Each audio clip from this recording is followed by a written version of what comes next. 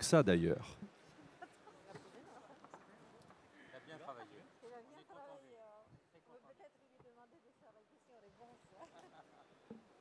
Je vais juste avant de commencer appeler Laureline, ou Laureline, c'est comme on veut, de Wizambly, puisque vous le savez, cette université d'été est placée sous le signe des échanges, du débat, et vous allez pouvoir intervenir avec l'application Wizambly. Merci Laureline d'être avec nous cet après-midi. Comment ça marche, comme dirait l'autre? Alors merci Frédéric. Donc, vous allez pouvoir interagir grâce à l'application Wizambly et poser vos questions à Frédéric et aux intervenants avec les consignes qui vont s'afficher très bientôt sur l'écran. Donc soit par SMS au 31 035 en tapant MEDEF 1 en début de SMS, un espace et votre question, ou bien directement via le web, donc en tapant app.wizambly.com/medef1. Les consignes vont rester affichées et vous pourrez poser vos questions et liker les questions des autres éventuellement. Frédéric les mettra en favori et triera les questions et fera un choix de quelques questions et les prendra en fin de conférence. Je vous souhaite une très bonne conférence. Merci Laureline, merci beaucoup et merci à nos amis de Wizambly. Et donc en toute fin de session, on consacrera un quart d'heure à vos réflexions, à vos questions, avec nos invités. Alors je vais m'approcher d'eux et avant de les rejoindre, c'est vrai qu'on a un vaste sujet qui nous occupe, de nombreux champs des possibles, des invités de marque, des experts. Je vais vous les présenter d'ici quelques secondes. Et on est vraiment à la croisée des chemins, des sciences et puis des espaces. Alors vous avez vu que l'actualité cet été a été très riche en matière de projection vers le futur, que ce soit ces fameux robots, ces exosquelettes. On a parlé des sites de rencontres qui étaient épinglés pour des données sensibles surexploitées. On a vu que Sanofi investissait 2 milliards dans la course aux nouveaux produits pour l'immunothérapie. On a vu les coureurs du Tour de France qui se la jouaient robots eux aussi, avec une route connectée. Bref, des sujets qui sont transverses, et je le disais, à la croisée des chemins, et de préférence numérique. Alors, les promesses de la science, certains disent les promesses n'engagent que ceux qui y croient. On va le voir, on va en parler avec eux et avec nos experts. Je vais vous les présenter. Quelqu'un qui a tenu à être avec nous cet après-midi par téléphone, il est hospitalisé, mais il est avec nous malgré tout, retenu donc pour hospitalisation, mais bien présent. On l'a surnommé l'électron libre de la science, homme de vision avec qui on a forcément des atomes crochus. Il nous entend, donc je vous demande d'applaudir André Braic, qui est avec nous au téléphone. Bonjour. Bonjour à tout le monde et je préférerais être avec vous. Voilà, il nous salue. Bonjour André, merci d'être avec nous. Ils ont été révélés par une émission classée X et ils ont traversé les générations X, Y, Z avec leur franc-parler et puis toujours un coup d'avance. Saluez comme moi Igor et Grishka Bogdanov, s'il vous plaît.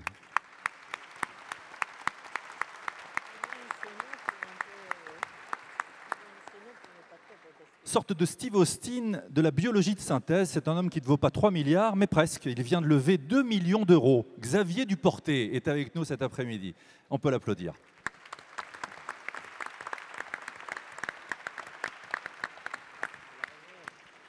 Il est bucco-rhodanien comme moi, il a passé son enfance au niveau de la mer et il a très vite levé les yeux au ciel. Monsieur Jean-Yves Le Gall est avec nous. Merci Jean-Yves de participer à cette table ronde. Elle pilote le numérique au gouvernement, elle adore travailler en réseau entre Canada, Angleterre, France et évidemment reste du monde. Madame Axelle Lemaire.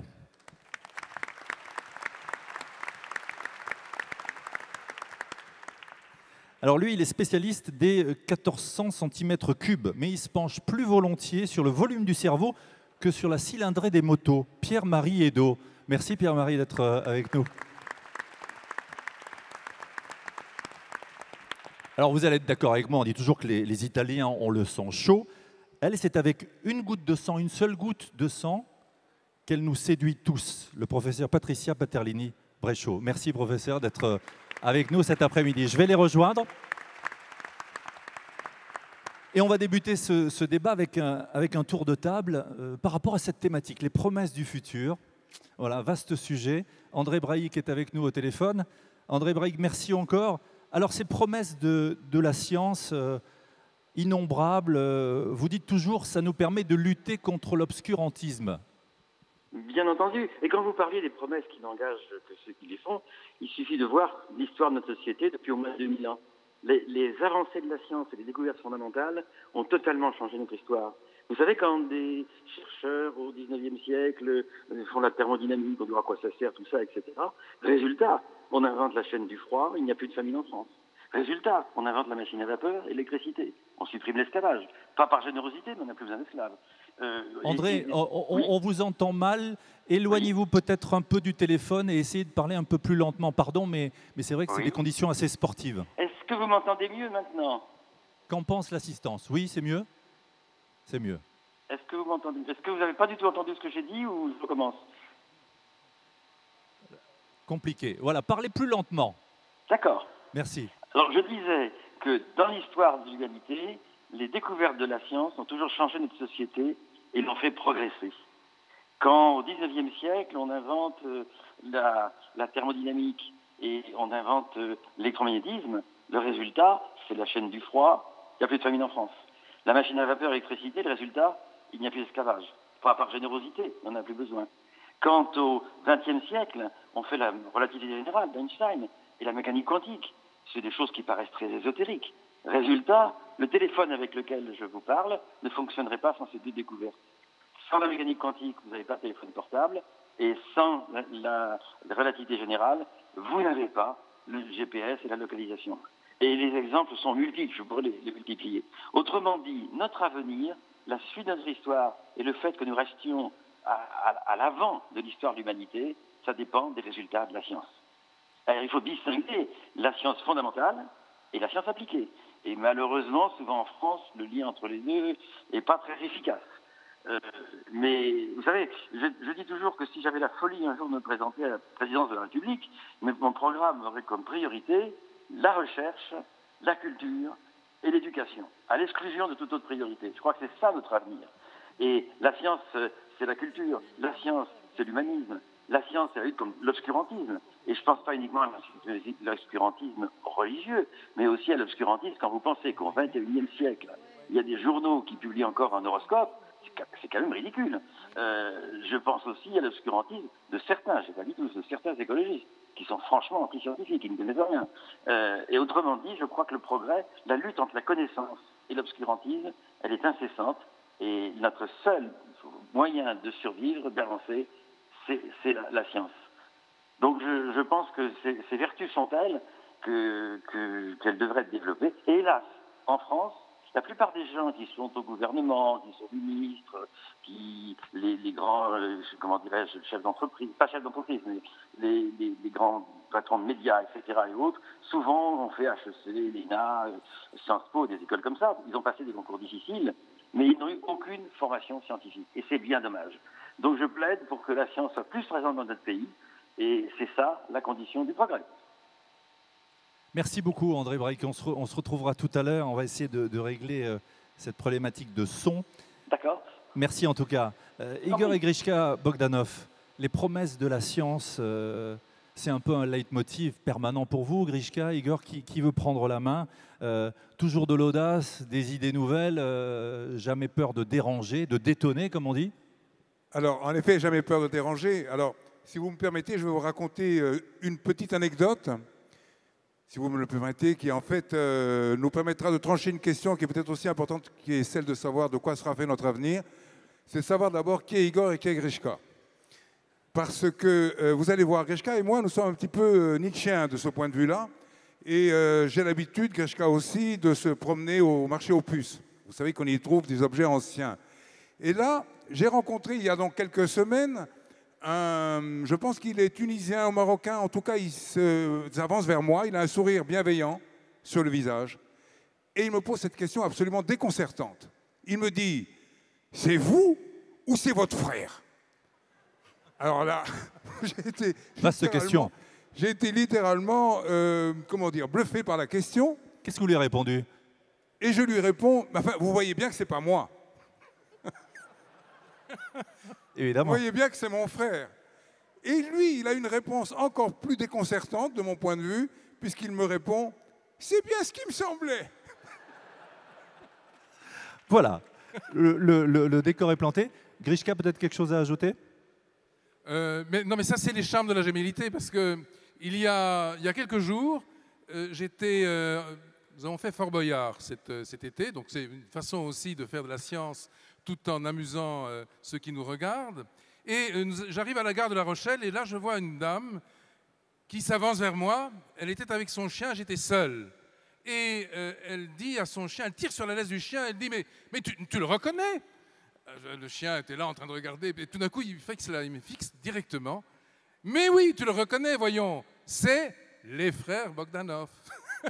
Et voilà. Quand il y en Oui, a un, c'est ça l'ambiguïté. l'autre n'est pas loin. Et d'ailleurs, quand on a préparé Grishka avec vous cette intervention, je vous ai dit mais comment reconnaître les deux? Vous verrez bien, quand il y en a un, l'autre n'est pas très très loin. Xavier Duporté, vous êtes avec nous, seul et unique. Et vous, vous avez vu grand, très très jeune, tout petit, en vous intéressant aux insectes. Racontez-nous comment tout a commencé et comment vous vous êtes rapidement projeté dans le futur. Alors ça risque d'être moins drôle.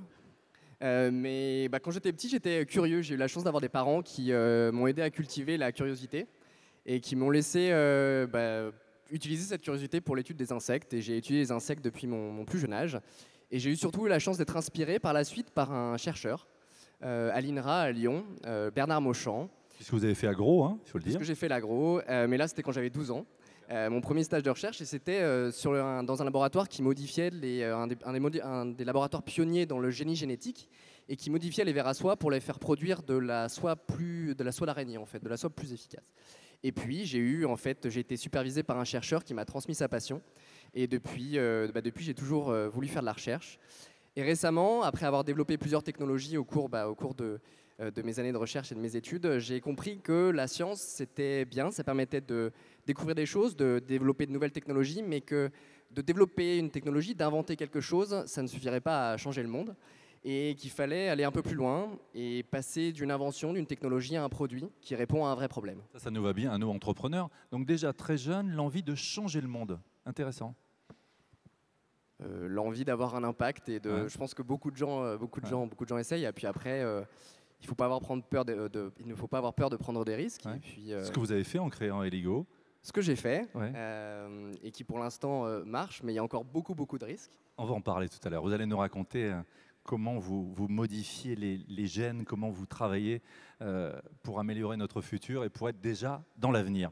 Je vais me tourner vers vous, Jean-Yves Le Gall. Merci d'être avec nous. Je disais la tête dans les étoiles très très jeune depuis la région marseillaise, patron du CNES, après avoir été patron d'Ariane Espace. Nombreux défis, on vous attend et pas seulement sur l'espace. Vous savez, aujourd'hui, l'espace touche à tout et tout ce qu'on fait finalement touche à l'espace. Alors, on en a beaucoup parlé ces dernières années, ces derniers mois, parce qu'il y a eu le succès planétaire de Rosetta Philae, vous savez, le petit atterrisseur qui s'est posé sur la comète Chury. Donc ça, c'est les origines de la vie. En cette année de COP21, l'espace, c'est bien sûr observer le climat, à la fois mettre en évidence le fait que la Terre se réchauffe, et puis ensuite, si des accords sont pris, ce que tout le monde espère, eh bien, s'assurer que ces accords seront suivis. Et puis, si on se tourne vers demain, il y a la recherche du Graal, après lequel tout le monde court dans le spatial, c'est-à-dire la vie extraterrestre. Et donc ça, c'est l'exploration martienne. Et en toile de fond de tout ça, eh bien, il y a le fait qu'aujourd'hui, on nous voit à la télévision, on nous voit partout en France, peut-être ailleurs même, parce qu'il y a des satellites. On ne peut pas imaginer une journée sans satellite parce que le monde s'arrêterait. Et donc, c'est finalement un peu la rançon du succès. L'espace est banalisé, on en fait un peu comme M. Jourdain, sans s'en rendre compte, on en fait sans le savoir. Sauf que vous m'avez dit, je suis un patron heureux parce que je suis là au bon moment, et vous parliez de Rosetta, et vous et vos équipes avez pleuré. Non, mais il est clair que quand même aller se poser sur une comète, les dates clés de Rosetta, c'est décision début des années 90, lancement 2004, atterrissage sur la comète 2014, résultat, ça a fait la une de Science avec Philae au début du mois, donc résultat absolument extraordinaire sur les molécules qui probablement ont ensemencé la Terre pour donner de la vie, donc résultat en 2015, c'est un moment tout à fait d'exception. D'ailleurs, il se trouve que j'étais hier dans un avion de l'Aéroflotte et l'hôtesse fort charmante se présente en moi en me disant « Je m'appelle Rosetta, comment dois-je vous appeler ?» Je lui ai dit « Philae ». Et une histoire est née. Et elle le savait. Elle savait qui était Rosetta et Philae, donc elle a éclaté de rire. Donc même une hôtesse d'Aéroflot sait que Rosetta Philae, ça existe. Vous étiez à Oulan-Bator, effectivement. Axelle Lemaire, merci Madame la Ministre d'être avec nous.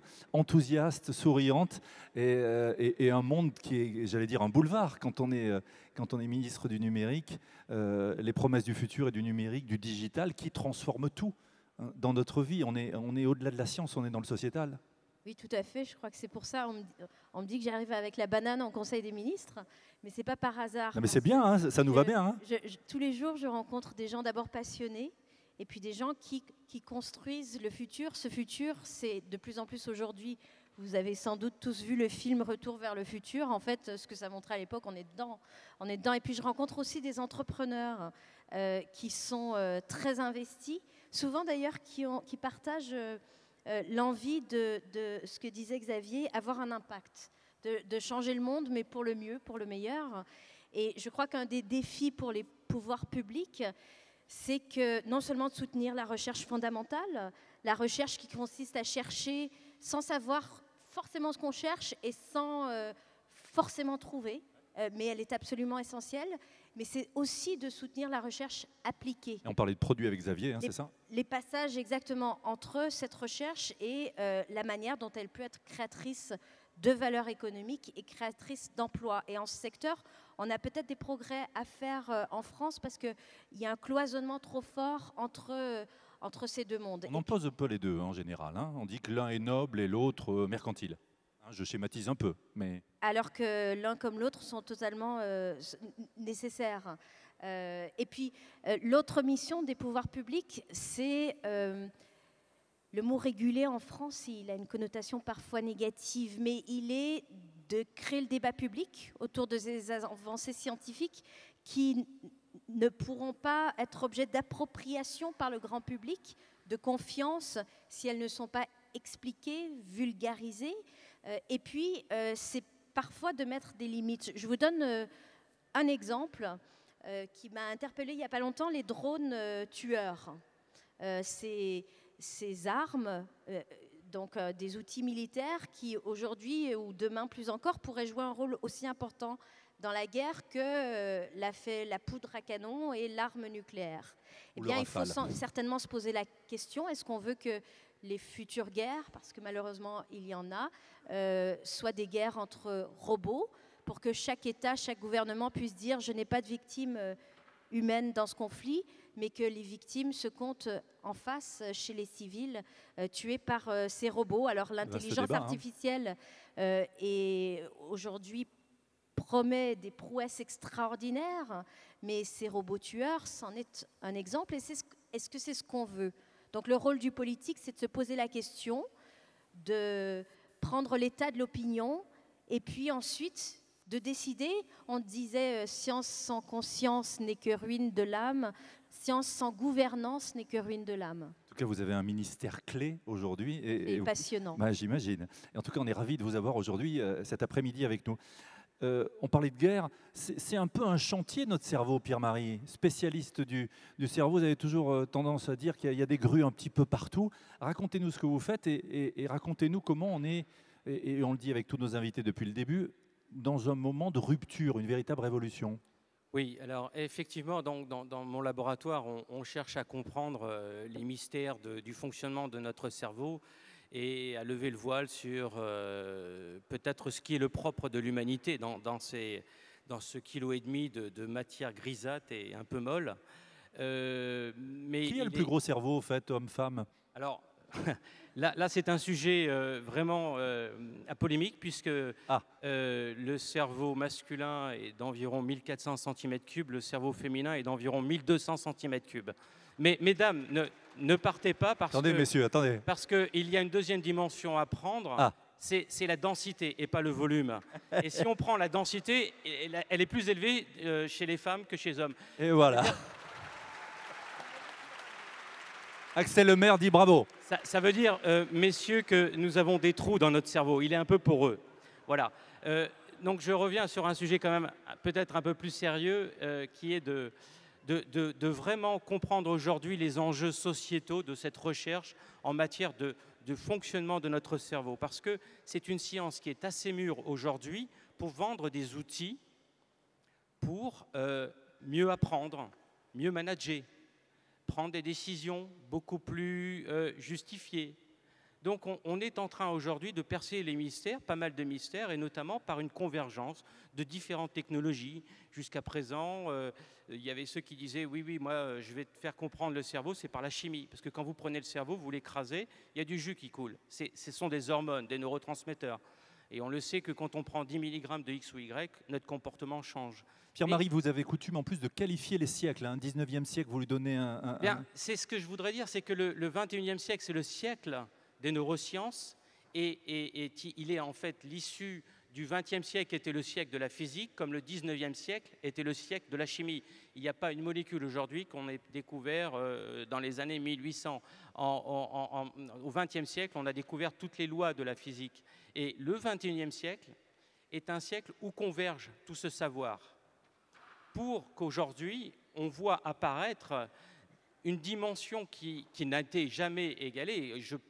Parfois, le sol se dérobe un petit peu sur le sol des neuroscientifiques devant la perspective que nos découvertes sont en train d'offrir, avec des enjeux éthiques. Nous travaillons à mettre des cerveaux à l'interface avec des robots. C'est très pratique, mais évidemment, les militaires peuvent être aussi intéressés pour que des soldats puissent prendre des décisions au travers de machines.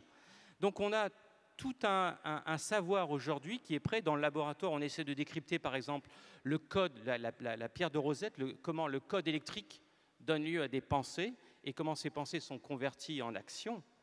Évidemment, par là, vous pouvez ensuite modifier nos états mentaux, vous pouvez modifier la mémoire. On peut faire aujourd'hui que vous allez oublier tel phénomène, telle mémoire, puis je peux vous en incorporer une autre. On est, comme disait Axel Lemaire, on est comme dans les films, là. Eh bien, c'est simplement pour faire course.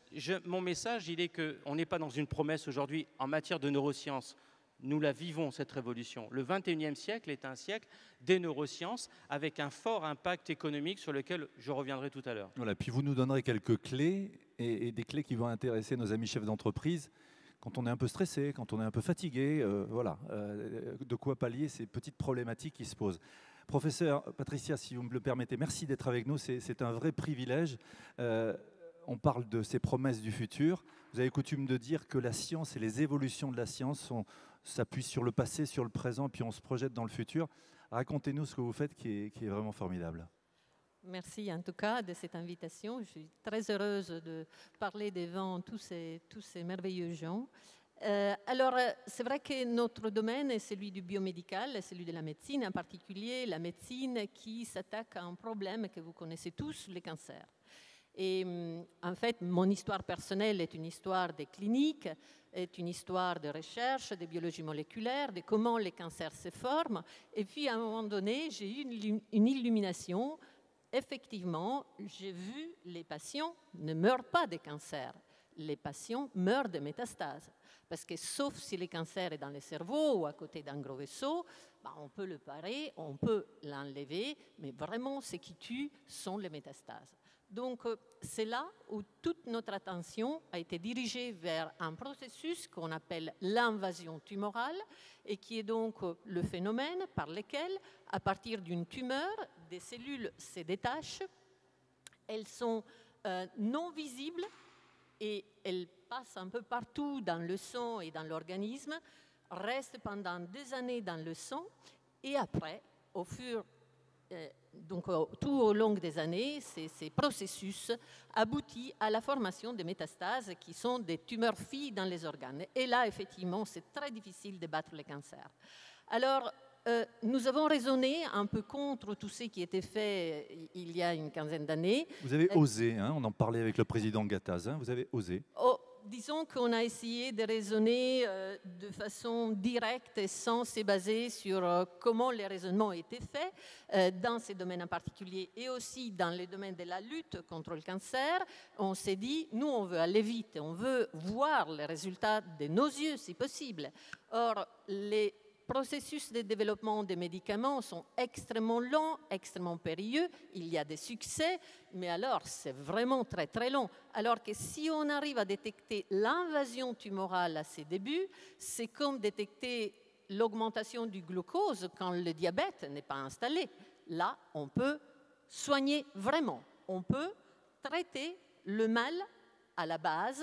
Si je vous suis bien, professeur, et si j'ai bien saisi, jusqu'à présent, on avait l'imagerie médicale classique, Oui. qui permettait, si vous êtes comme moi ou vous avez perdu des parents du cancer, ça nous intéresse. Les métastases étaient déjà posées, donc déjà on avait un temps de retard. Et vous nous proposez de percevoir ces cellules qui sont invisibles a priori avant qu'elles ne se déposent. Tout à fait. Effectivement, l'invasion tumorale, dans le passé et jusqu'aussi maintenant, est détectée par imagerie. On détecte la métastase. Donc, c'est déjà trop tard. On détecte la phase finale.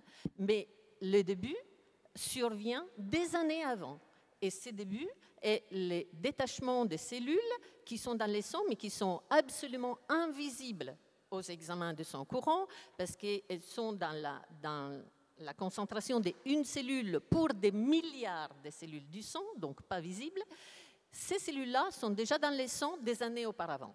Donc on s'est dit, si on arrive à détecter ces cellules, donc les sortir du sang, les analyser et vraiment faire un diagnostic très précis, oui, il y a des cellules tumorales dans le sang, on a une longueur d'avance énorme, on a une grande fenêtre pour agir, et là vraiment on a une chance pour baisser drastiquement la mortalité due au cancer. Voilà ce qu'on a fait. Formidable, extraordinaire. On va... Là, vous nous intéressez beaucoup, vraiment. Je vois la ministre Axelle Lemaire qui vous écoute comme tous nos experts avec beaucoup d'attention. Axelle Lemaire, on parlait de véritables révolutions liées à la science. Quand on a le portefeuille du numérique, on sait qu'on est aux confins de tout ça, puisque en parlant avec tous nos experts, ils me disent travailler en réseau, c'est formidable, la pluridisciplinarité rendue possible par cette instantanéité de l'information, cette rapidité, cet échange. Comment vous gérez tout ça et comment ça se passe au gouvernement aussi? Le secteur de la santé est de plus en plus lié au numérique, et la santé numérique permet des découvertes dans le domaine de la recherche qui sont formidables. Moi, j'ai visité beaucoup d'entreprises, des startups en particulier, qui ont développé de la modélisation, des outils de chirurgie non invasive, qui utilisent les données de santé, la data, pour rendre la médecine plus prédictive, plus préventive, plus personnalisée.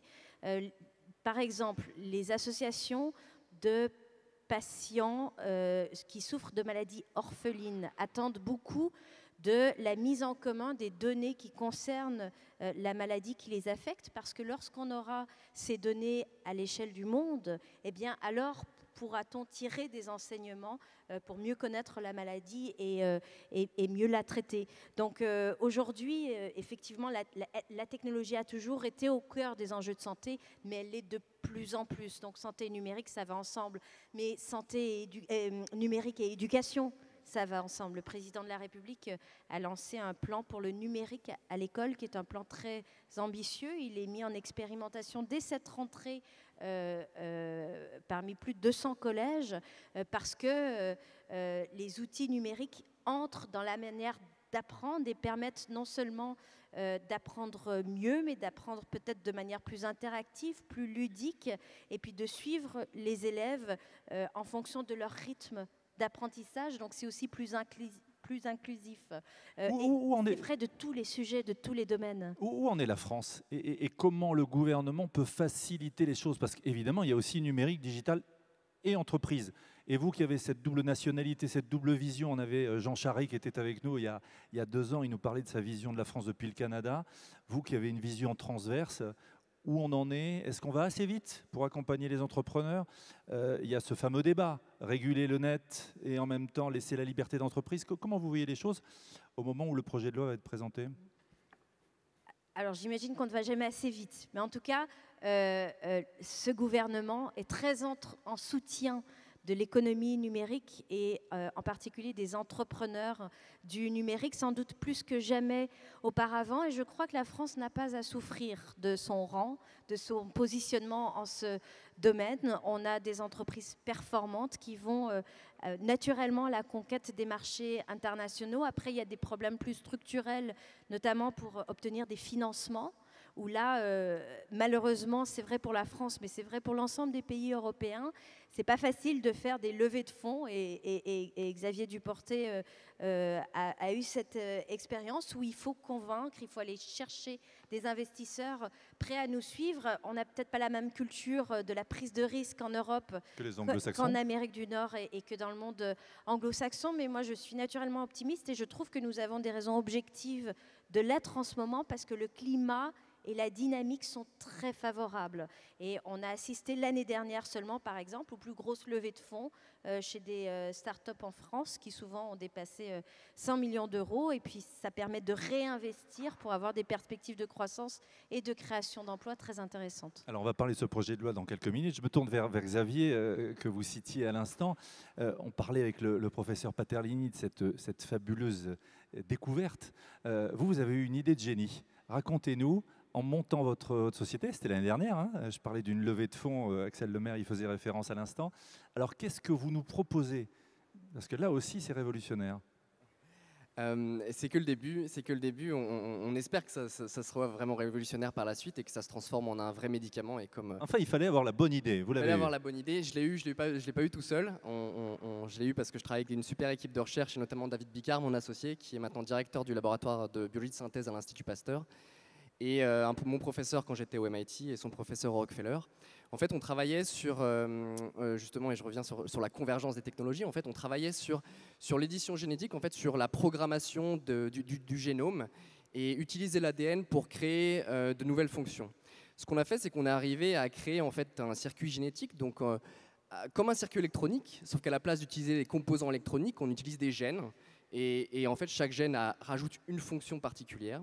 Et on est arrivé en fait, à créer un espèce de petit robot biologique, un biobot, qui est composé de protéines et qui va servir d'antibiotique intelligent. Un antibiotique qui va pouvoir cibler de façon extrêmement spécifique les bactéries et tuer les méchantes bactéries, tout en laissant le reste des bactéries bénéfiques à notre corps. On en a plus de 10 Ça, c'est intéressant hein, dans la lutte contre le cancer, parce qu'on dit toujours on tue toutes les cellules, les mauvaises, y compris les bonnes. Hein. Voilà.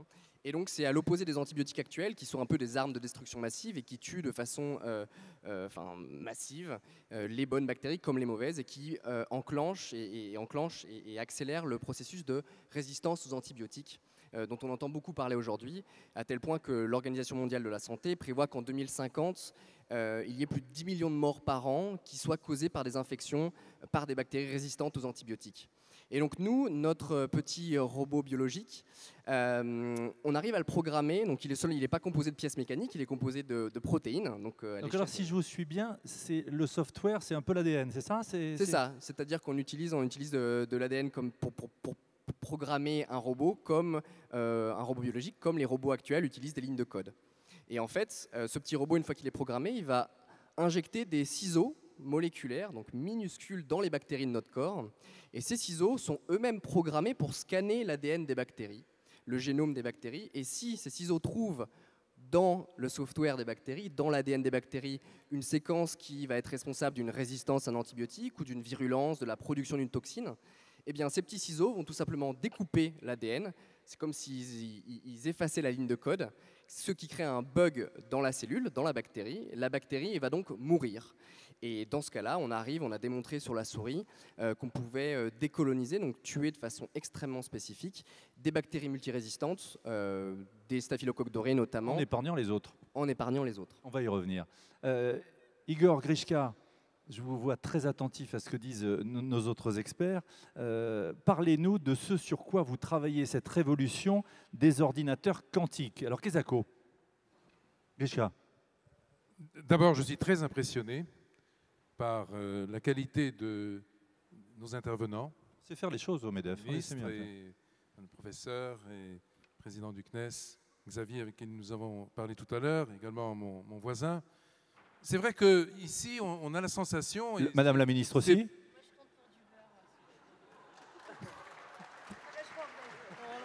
Partez pas, Axel Lemaire. Non, mais je me suis tourné vraiment volontairement vers comment dire, quelqu'un qui a une conscience éclairée de ce que représentent les enjeux du numérique. C'est vrai qu'il y a 4 grandes révolutions ici, dans cette assemblée. Vous êtes tous sensibles à ce courant qui passe et qui vient de l'avenir. Ce courant qui porte 4 grandes révolutions. La première a été incarnée tout à l'heure par Jean-Yves Le Gall, donc, qui nous parle au nom du CNES de ces fantastiques conquêtes qui nous attendent dans l'espace. C'est la révolution spatiale. Madame le ministre, avec beaucoup de talent et une force d'entraînement qui nous concerne directement, mais aussi collectivement, nous a parlé des enjeux du numérique. La grande révolution numérique, les ordinateurs, les objets connectés, tous ces outils que nous utilisons et qui incorporent de l'intelligence. Ensuite, nous avons cette révolution biologique. Ici, nous avons 3 représentants de la révolution biologique. Et très franchement, moi, je vous demande de les applaudir. D'applaudir tout le monde, déjà, parce que nous sommes au cœur ici de ce qu'on peut attendre de meilleur quand on est dans une assemblée qui est déjà une assemblée savante, ce que vous êtes, et qui écoute d'autres représentants de ce que représentent les sciences dans leurs évolutions à la fois théoriques mais aussi pratiques. Alors vous, dans tout ça, Grishka et Igor. Pour ce qui concerne donc la révolution numérique, donc j'y viens, nous parlons, Igor et moi, très souvent d'une nouvelle génération d'ordinateurs qu'on appelle les ordinateurs quantiques. Nous avons eu la chance, à travers nos émissions, mais aussi dans nos intérêts de recherche, d'aller dans des laboratoires, notamment au MIT, que Xavier connaît, et d'observer là-bas l'émergence d'une nouvelle génération. Je ne peux pas les appeler des outils informatiques parce que c'est beaucoup plus que cela, d'une nouvelle génération d'intelligence artificielle qu'on appelle les ordinateurs quantiques. Alors, dans ordinateur quantique, il y a un mot que vous connaissez bien, ordinateur, mais il y a aussi quantique. Qu'est-ce que ça veut dire quantique? Ce sont des ordinateurs qui ont quelque chose à voir avec l'infiniment petit. Vous savez que la théorie quantique touche à l'infiniment petit, c'est-à-dire au niveau des particules, à l'échelle des particules élémentaires. Vos ordinateurs, votre téléphone portable, ce que vous utilisez aujourd'hui, utilise ce qu'on appelle des circuits en silicium et est fondé sur un langage qu'on appelle le langage binaire qui correspond à une division assez rigide entre le moment où le courant passe, ça correspond à 1, le moment où le courant ne passe pas, ça correspond à 0. Donc c'est un langage binaire qui est 0 et 1.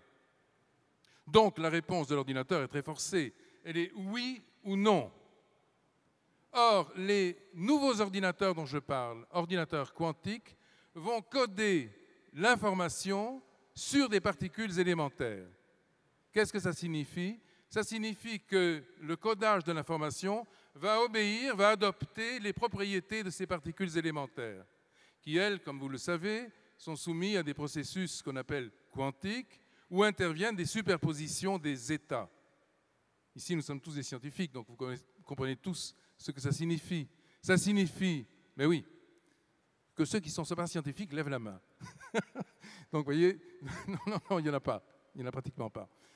La superposition des états, ça veut dire qu'il y aura, comme pour le principe d'incertitude appliqué aux particules élémentaires, il y aura pour l'ordinateur la possibilité de dire oui, non, mais également la superposition de ces deux réponses qui est peut-être. Quand on entre dans une réponse qui fait intervenir des processus flous, on n'est pas très loin de ce qu'on appelle la pensée humaine. C'est vrai que nous fonctionnons, les neurotransmetteurs nous le disent, les neurobiologistes nous le confirment, nous fonctionnons tous sur le principe d'une pensée floue. Alors ces nouveaux ordinateurs quantiques, ils vont exister à l'horizon de 10 ans. Il faut nous y préparer parce que leur puissance de calcul sera à peu près 5 à 10 000 fois, et c'est un chiffre exact, supérieure à la puissance des calculs de nos ordinateurs classiques.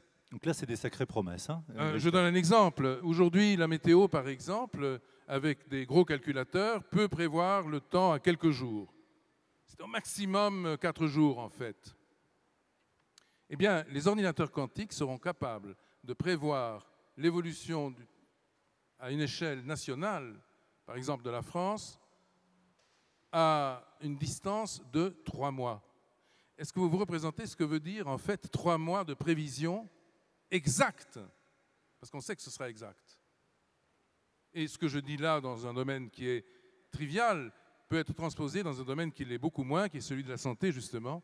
Alors- Imaginons, Madame la professeure, ce qu'on fera avec des ordinateurs quantiques quand on pourra séquencer à toute vitesse, exactement la même problématique avec Xavier, des chaînes moléculaires, des chaînes génétiques qui pourront être décodées très rapidement. Alors, vous parliez de la météo, Donc nous Grishka. sommes en face d'une révolution. Voilà, on va en parler plus amplement tout à l'heure. Je me tourne vers vous, Jean-Yves Le Gall. Justement, prévoir la météo, ça c'est intéressant pour vous, surtout dans l'un des 4 sites du CNES, du côté de Kourou pour les lanceurs, 2500 collaborateurs. Et vous le disiez, 3 enjeux, il y a Mars, il y a le climat, et puis à Rosetta. Revenons un peu sur ce temps long, parce que là encore, les promesses de la science, le voyage vers le futur, ça ne s'improvise pas, c'est des décisions qu'on prend, et puis on est à T+1, 2, 3. Non, c'est vrai qu'il faut avoir une vision et une foi dans l'avenir pour décider des programmes à très long terme. Aujourd'hui, aux États-Unis, la NASA réfléchit à un programme qui s'appelle Europa pour l'exploration d'une lune de Jupiter, Europe. Europe, c'est un satellite avec une croûte de glace. Et ce qu'on a envie de faire, c'est de poser sur cette croûte de glace une sorte de petit sous-marin qui va forer la croûte de glace et aller explorer l'océan dessous, voir s'il n'y a pas des organismes vivants. Et aujourd'hui, avec les fusées dont on dispose, il faut à peu près 10 ans pour développer le projet et 8 ans de trajet. Et le Congrès est d'accord pour décider ce projet si on réduit le temps de trajet de 8 ans à 3 ans pour qu'on ait un retour sur investissement assez rapide. Je crois que tous ce qui nous fédère, c'est qu'on est confronté à cette difficulté, faire comprendre aux politiques qui vivent très souvent, je pense que vous êtes d'accord, Madame la Ministre, dans le côté un peu immédiat, bien leur faire comprendre que parfois il faut faire des investissements à très long terme, parce que si on ne fait pas ces investissements, eh bien, il y a des choses qu'on ne fera jamais. Et c'est un vrai sujet. Et il faut le faire partager parce que, alors, il y a des endroits où c'est plus compris que d'autres. Les États-Unis sont spécialistes, même s'il y a les remarques dont je parlais sur Europe, mais sont quand même spécialistes sur les investissements à très long terme. Mais ça veut dire, si on veut investir à très long terme, qu'il faut avoir beaucoup d'argent parce qu'on fait du très long terme, mais on fait aussi du moyen et du court terme. Il faut être sélectif. Et pour une puissance spatiale moyenne comme la France ou l'Europe... Mais on est numéro 2 quand même. Hein. On est numéro 2, mais on est numéro 2 parce qu'on a une économie de moyens absolument remarquable dans la mesure où le budget du spatial en Europe, c'est 5 à 6 fois inférieur au budget des États-Unis. Et néanmoins, on fait la course en tête sur de nombreux sujets. On a parlé de Rosetta, on pourrait parler des lanceurs, bien sûr, d'Ariane. Le gouvernement français a fait le pari de donner un successeur à l'actuel Ariane 5 en décidant au mois de décembre, à l'initiative de Geneviève Fioraso, qui était alors ministre de la Recherche, donc le programme Ariane 6. Ariane 6, décision qui a été prise en décembre 2014, premier lancement en 2020, un lanceur qui existera, disons, dans 10 ans d'ici, mais il fallait le décider. Ce n'était pas évident, vous le savez. Il y a eu en Europe un débat, parce que la France montre souvent la voie dans cette matière. Nos partenaires européens ne nous suivent pas. Quand ça marche, aujourd'hui, Ariane est européen. Mais faire prendre la décision sur Ariane 6, aujourd'hui Ariane 5 est européen. Faire prendre la décision sur Ariane 6, c'est d'abord une décision française, comme telle la décision sur Ariane 5 il y a 25 ans. Jean-Yves Le Gall, tout à l'heure, Axel Lemaire nous disait on n'a pas à rougir, et vous nous permettez des avancées, COP21 évidemment, mais au-delà de ça, grâce au CNES, on a la preuve qu'il y a un vrai dérèglement climatique. Hein. Oui, il y a un vrai dérèglement climatique parce que ce sont les satellites que nous développons avec la NASA qui ont montré la courbe qu'on voit partout, qui montre que le niveau moyen des océans augmente de 3 mm par an. Alors 3 mm par an, ben, sur 20 ans, ça fait 6 cm. Mais aujourd'hui, la NASA est en train de mettre en évidence le fait que cette augmentation est exponentielle et que donc, il y avait un communiqué hier qui expliquait que dans 50 ans, Singapour et Tokyo pouvaient avoir les pieds dans l'eau. Donc c'est pour ça qu'il faut vraiment prendre des mesures, et une fois que ces mesures seront prises, il faut ensuite pouvoir se rendre compte si vraiment elles sont appliquées. C'est pour cela que nous proposons de développer un satellite qui s'appelle Microcarb, qui s'assurera que les limitations d'émissions de gaz à effet de serre, essentiellement le gaz carbonique et le méthane, eh bien, seront bien prises en compte par les pays qui signeront les accords que nous espérons à la COP21. Parce que pour le climat, il y a ce qu'on appelle 50 variables climatiques élémentaires qui permettent de mesurer le climat. Et bien sûr, ces 50 variables, il y en a 26 qui sont observables uniquement depuis l'espace, ce qui montre à quel point la conquête spatiale, c'est utile. Revenons sur le plancher des vaches, Axel Lemaire. Gardons les pieds sur terre et projetons-nous malgré tout dans le futur. Ce projet de loi, racontez-nous, puisque vous êtes imprégné du sujet, un sujet qui vous passionne. Pour l'Europe, vous aviez été à l'origine d'un rapport. Alors là, quels sont les engagements du gouvernement? Quels sont les signaux qui vont être lancés en direction des entrepreneurs, jeunes, moins jeunes? Expliquez-nous peut-être en exclusivité ce qui va être présenté.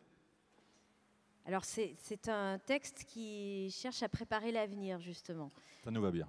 Et j'aimerais simplement rebondir sur l'importance d'une décision politique qui s'inscrit dans le long terme. C'est pas évident par les temps qui courent, parce qu'on connaît tous la pression budgétaire actuelle, les impératifs financiers pour être dans les clous, notamment des exigences de la Commission européenne. Et pourtant, nous tenons à tout prix à sacraliser certains programmes d'investissement d'avenir. On le fait pour ma part dans le secteur du numérique, sur les nanotechnologies. Ce matin même, je discutais avec le directeur général de la DG Connect de la Commission européenne. Nous parlions du programme des supercalculateurs. Il se trouve que sur les 10 plus grands ordinateurs du monde, il y en a un seul qui est situé en Europe. Et le président Obama a annoncé il y a peu de temps qu'il voulait construire le plus gros jamais construit aux États-Unis d'ici 2020. Dans cette bataille-là, il faut absolument que la France et l'Europe soient présente, mais cela nécessite des investissements. Et c'est vrai que nous peinons à convaincre nos partenaires européens à investir dans ce type de projet structurant, mais sur le long terme. J'en reviens au projet de loi. 3 axes principaux. Libérer l'innovation, notamment autour de l'économie de la donnée, de la data, qui est aujourd'hui un potentiel de valeur économique extraordinaire. Le second, c'est créer un environnement de confiance essentiel dans le monde du numérique. Sans confiance, il n'y a pas de croissance. C'est vrai par exemple dans le commerce électronique, c'est vrai pour les problématiques de cybersécurité. Et donc, il y aura un volet fort sur la protection des données personnelles des usagers d'Internet. Et puis le troisième volet, j'y tiens beaucoup parce que c'est une vision inclusive du numérique qui doit bénéficier à tous, donc à tous les territoires et à tous nos concitoyens, d'où des dispositions sur l'accessibilité des outils informatiques, par exemple pour les personnes en situation de handicap. Alors, donc, si on balaye ces 3 sujets, justement, vous dites libérer, il y a eu ce vaste débat, on libère mais on veut réglementer en même temps, comment est-ce qu'on arrive à positionner le curseur comme il faut ? Toute la difficulté. Je vais vous donner un exemple dont on parle beaucoup en ce moment, qui est l'ubérisation.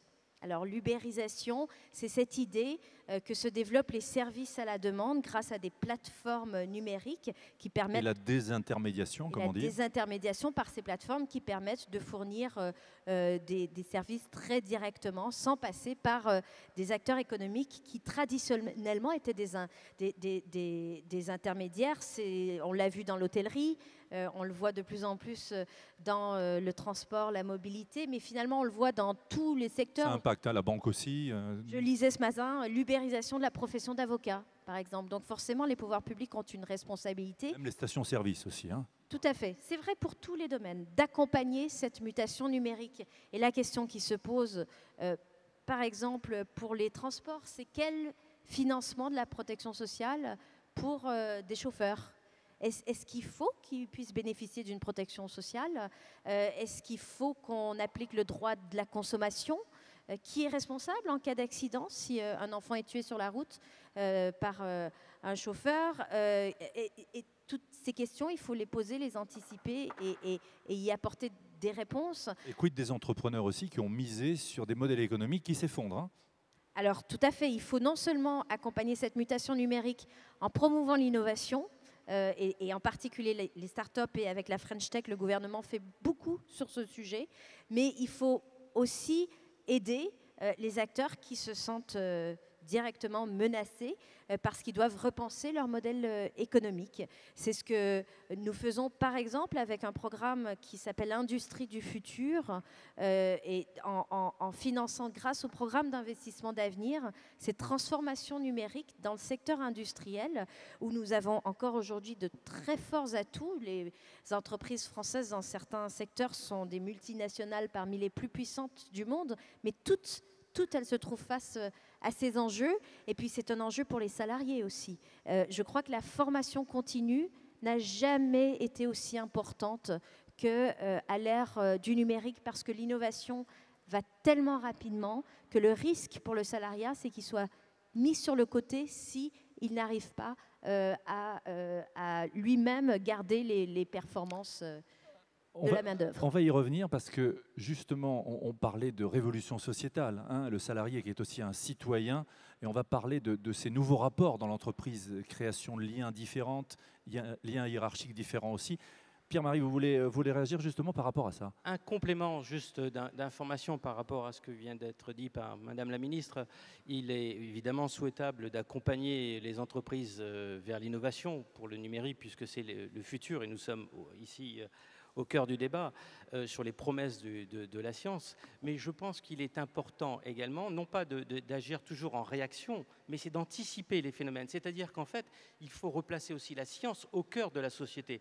Je suis peut-être un utopiste, mais revenons un petit peu comme l'était au moment de la Grèce antique, où le scientifique réfléchissait en matière de sciences fondamentales, Thalès avec ses lois, mais qui lui permettaient de construire et d'avoir des perspectives faramineuses. Donc on était dans la science fondamentale qui était également science appliquée. Il n'y avait pas de dichotomie science fondamentale et science appliquée. Ce que relevait tout à l'heure Xavier. On mettait la science au cœur du débat de la société. Et je pense que si on n'a pas compris cela, on sera toujours en réaction par rapport aux progrès qui sont faits ailleurs, mais nous sommes des spectateurs, malheureusement. Donc ça signifie qu'il y a la problématique de l'information. Je pense que pour éviter ce phénomène d'ubérisation, si toutes ces entreprises avaient été dirigées par des visionnaires qui ont compris que le numérique était évidemment porteur d'emplois, d'innovation, eh bien, il fallait évidemment comprendre comment fonctionne le numérique, les bases des réseaux, les théories de l'information, sans aller très loin, comprendre comment fonctionne un ordinateur. Vous voyez, sinon, on est condamné à prendre toujours l'application, la dernière application, mais qui a été générée par un autre. C'est-à-dire qu'en matière d'entreprise, ils ont déjà, évidemment, un temps d'avance.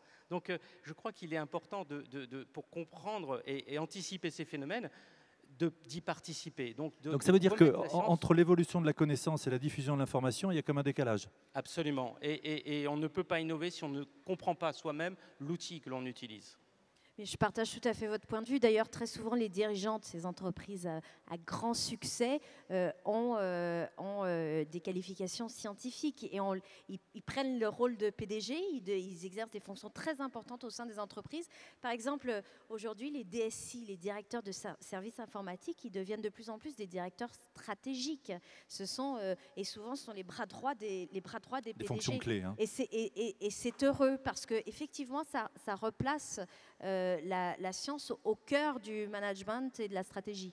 Pierre-Marie, je voudrais qu'on poursuive avec le cerveau pour que vous nous racontiez un peu ce que vous faites.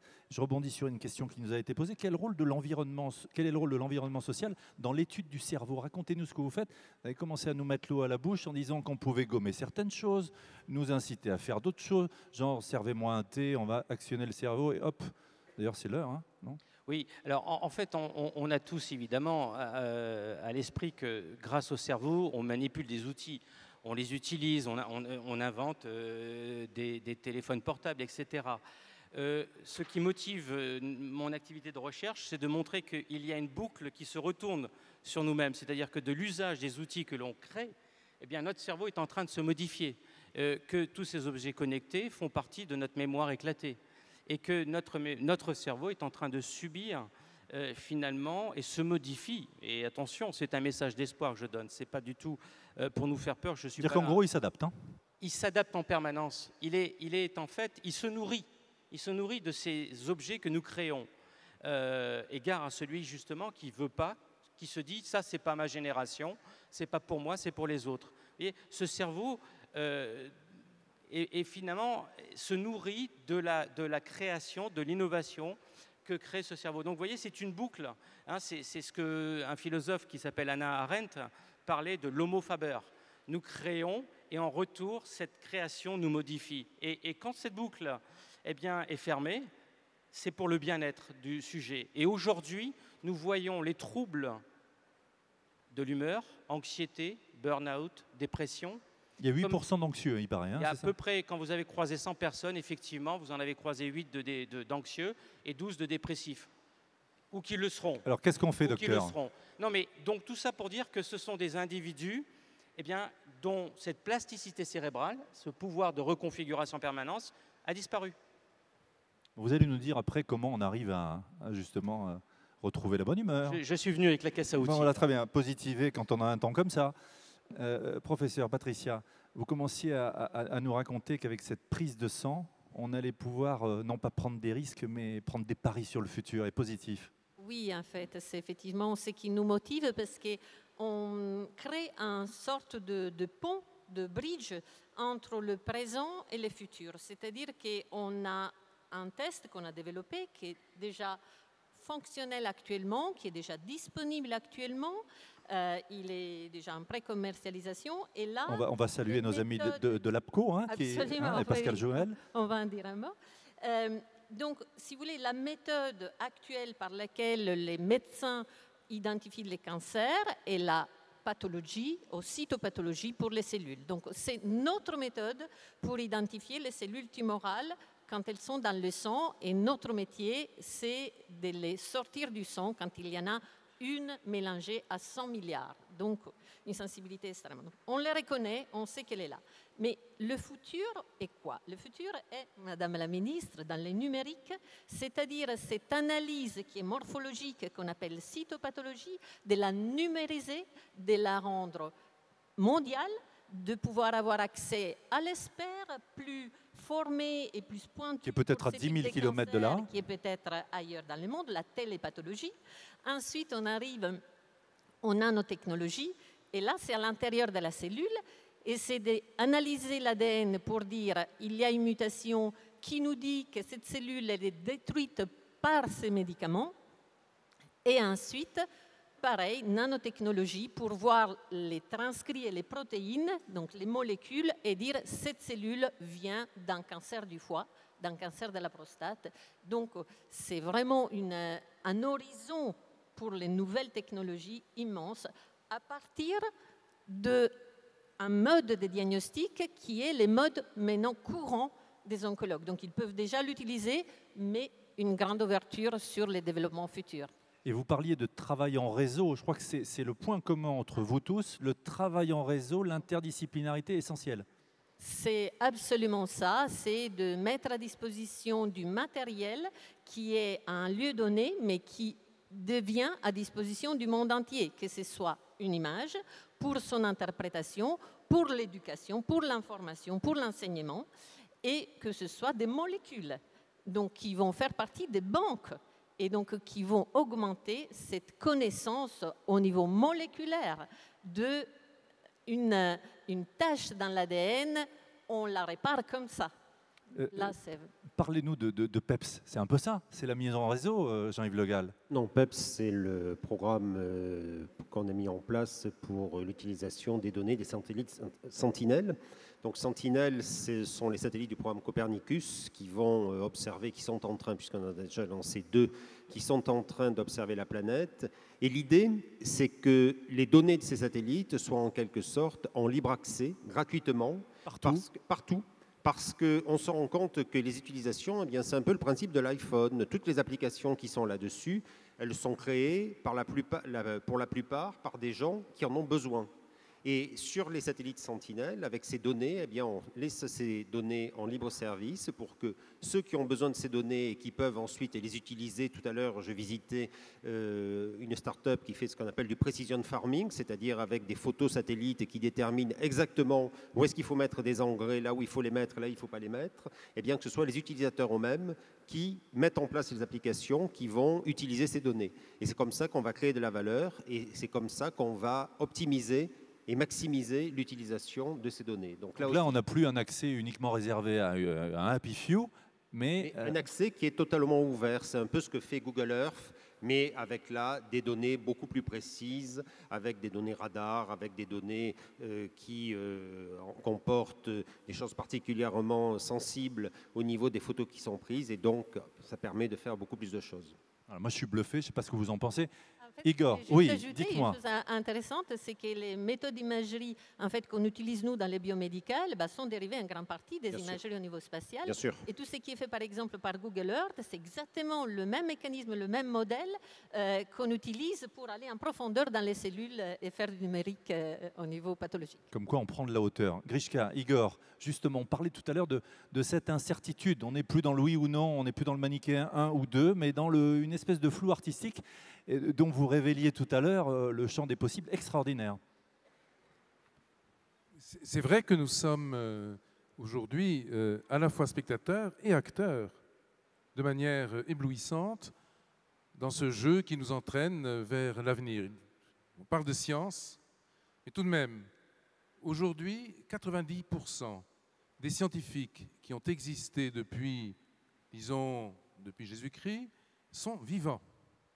Et qu'en réalité, la science, elle est là, elle est incarnée.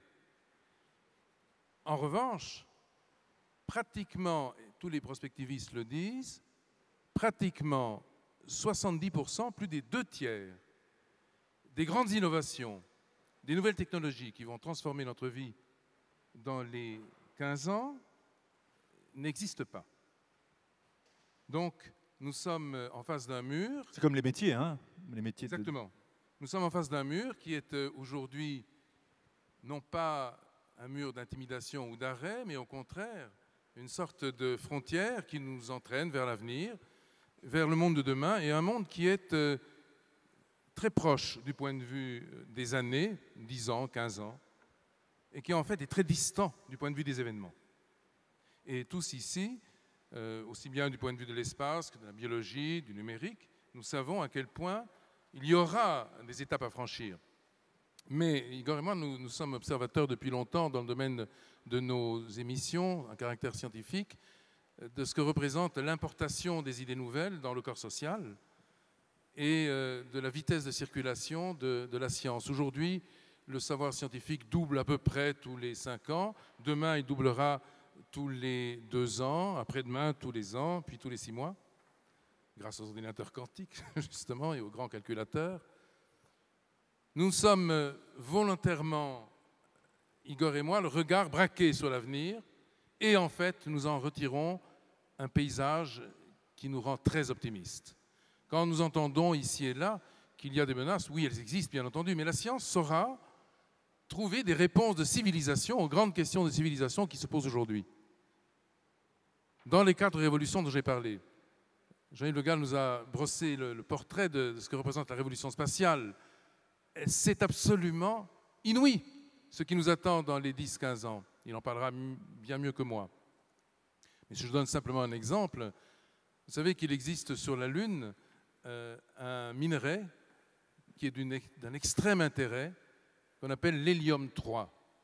Alors l'hélium 3 est dans les roches lunaires, il est enfoui, il en existe quelques centaines de grammes ici, sur la planète, et il y en a des tonnes, des dizaines de tonnes sur la Lune. Or, avec l'hélium 3, on pourra peut-être révolutionner les technologies de ce qu'on appelle la fusion thermonucléaire, c'est-à-dire accéder à un nouveau paysage énergétique pour des dizaines de milliers ou des centaines de milliers d'années. Alors Grishka, quand vous nous brossez ce portrait du futur, on se dit qu'il va falloir vivre vieux pour pouvoir peut-être l'appréhender. Et justement, la jeunesse, j'allais dire presque éternelle, vous y travaillez. Ça fait partie en fait de ces 4 révolutions. Je les énumère une fois de plus, mais révolution spatiale, révolution numérique, révolution biologique et révolution énergétique. Je parlais de l'énergie il y a un instant, mais tout de même, c'est vrai qu'aujourd'hui, les biologistes qui sont ici le savent, nous sommes au carrefour de convergence de nouvelles techniques, technologies, biotechnologies, qui vont nous permettre de déplacer la courbe de la longévité. Alors c'est vrai qu'Igor et moi, nous sommes conseillers scientifiques pour on va dire un laboratoire, c'est à la fois une start-up et un laboratoire, qui se préoccupe d'allonger la vie. Alors, dans quelles conditions? La filière qui est suivie, dans de très bonnes conditions. J'ai pour ça créé un slogan qui est, je vous demande d'ailleurs de l'adopter, hier vieux à 80 ans, demain jeune à 150. Hein? On est tous d'accord? Sacrée promesse, ça. Mais oui, c'est une vraie promesse. Mais elle Vous n'est pas notez, utopique. et on se donne rendez-vous non pas dans 10 ans, mais dans un peu plus. Oui, mais ce n'est pas une utopie, c'est une réalité. C'est une réalité. D'ailleurs, ces grandes entités que sont justement les tracteurs du numérique contemporain, les moteurs de recherche comme Google, sont aujourd'hui au centre de grandes questions posées sur le thème de la longévité. Je vous interromps, Grishka. Jean-Yves Le Gall veut réagir, et j'ai vu que Pierre-Marie aussi. Jean-Yves Le Gall. Non, mais ça, je peux le confirmer. C'est d'ailleurs un peu étonnant quand on va visiter Google X, qui est le laboratoire de recherche de Google, et en fait, aujourd'hui, l'un des plus grands laboratoires de recherche du monde. Eh bien, ils ont différents départements, et ils ont un département allongement de la vie. Et si vous lisez les interviews des responsables au plus haut niveau de Google, ils vous disent que leur espoir est de vivre jusqu'à 125 ou 130 ans. Bon, alors, c'est un peu déroutant, parce que je ne suis pas médecin, je ne suis pas spécialiste, mais enfin, c'est quand même un saut incrémental. Et puis aujourd'hui, bon, passé 80, 90 ans, on est quand même statistiquement moins en forme quand on en a 50. Arrivé à 125, on se demande quand même où ça peut nous amener. Mais force est de constater que quand même, les gens qui travaillent sur les technologies du futur travaillent aussi sur les biotechnologies avec comme objectif l'allongement et de façon très importante de la durée de vie. Je ne sais pas si c'est un rêve ou si les spécialistes considèrent que vraiment il y a un vrai sujet, mais en tous les cas, c'est un objectif qui est affiché. Pierre-Marie, comment sera le cerveau à 125 ans? Pour rebondir sur ce qu'a dit Grishka et Jean-Yves, en fait, pour Google, donc Alphabet aujourd'hui, en 2035, c'est plus 20 ans d'espérance de vie. Voilà ce qui est annoncé. Là où je suis un tout petit peu perplexe, c'est qu'aujourd'hui, la médecine est capable de remplacer tous les organes vitaux de notre corps. L'espoir de vivre plus longtemps est d'autant plus facile qu'on va pouvoir y introduire des prothèses. On va pouvoir réparer le cerveau aussi, Pierre-Marie ? Le problème, il est là. Est-ce que vous voulez vivre jusqu'à 150 ans, mais avec un cerveau dans lequel, pour l'instant, la médecine est encore peu invasive? Et donc, c'est un peu ce qu'on voit apparaître aujourd'hui, c'est-à-dire qu'il y a une augmentation exponentielle du nombre de sujets atteints de maladies dites neurodégénératives, qui est en fait une des conséquences de justement ce qu'on vit actuellement, c'est-à-dire 3 mois d'espérance de vie chaque année. À partir de septembre, le reste, c'est du bonus jusqu'à décembre, grâce justement à cet allongement de l'espérance de vie. Donc c'est une question éthique qui est posée finalement. Veut-on à tout prix augmenter l'espérance de vie tant qu'on n'est pas capable de modifier notre cerveau? Et juste pour aussi rebondir sur un point qui va alimenter un débat, je suis certain, c'est qu'aujourd'hui, la puissance, la force de frappe de Google, eh bien, c'est d'avoir investi 1,5 milliard dans recherche et développement. J'ai trouvé en 2013, par rapport à la France. En 2013, j'ai trouvé en France justement le même chiffre de 2,3 milliards en matière de recherche et développement. Donc vous voyez que Google n'est pas très loin de force de frappe d'un pays comme la France en matière de recherche et développement. Et pour moi, ça pose de véritables enjeux éthiques parce que, évidemment, Google n'est pas un État-nation. Donc Google n'a pas toutes ces chartes éthiques et toutes ces comptes à rendre. Axel Lemaire, ça s'adresse directement à vous. Oui, c'est ce que je signifiais dans mes propos introductifs pour dire il faut de la gouvernance et de la gouvernance dans le débat public parce que ce sont des débats de société et c'est à nos concitoyens de décider ce qu'ils veulent de leur propre avenir. Je vous donne un exemple précis. La question se pose en ce moment, est-ce qu'il faut confier un rôle éthique à la CNIL? La CNIL, c'est la Commission nationale informatique et liberté qui s'occupe du traitement des données personnelles tel qu'il est fait en particulier par les opérateurs économiques. Quand on voit ce qui s'est passé aux États-Unis récemment avec le scandale d'Ashley Madison, 33 millions de données personnelles, y compris des préférences sexuelles des inscrits à ce site de rencontres extramatrimoniales, eh bien, on se dit il y a un besoin d'éthique.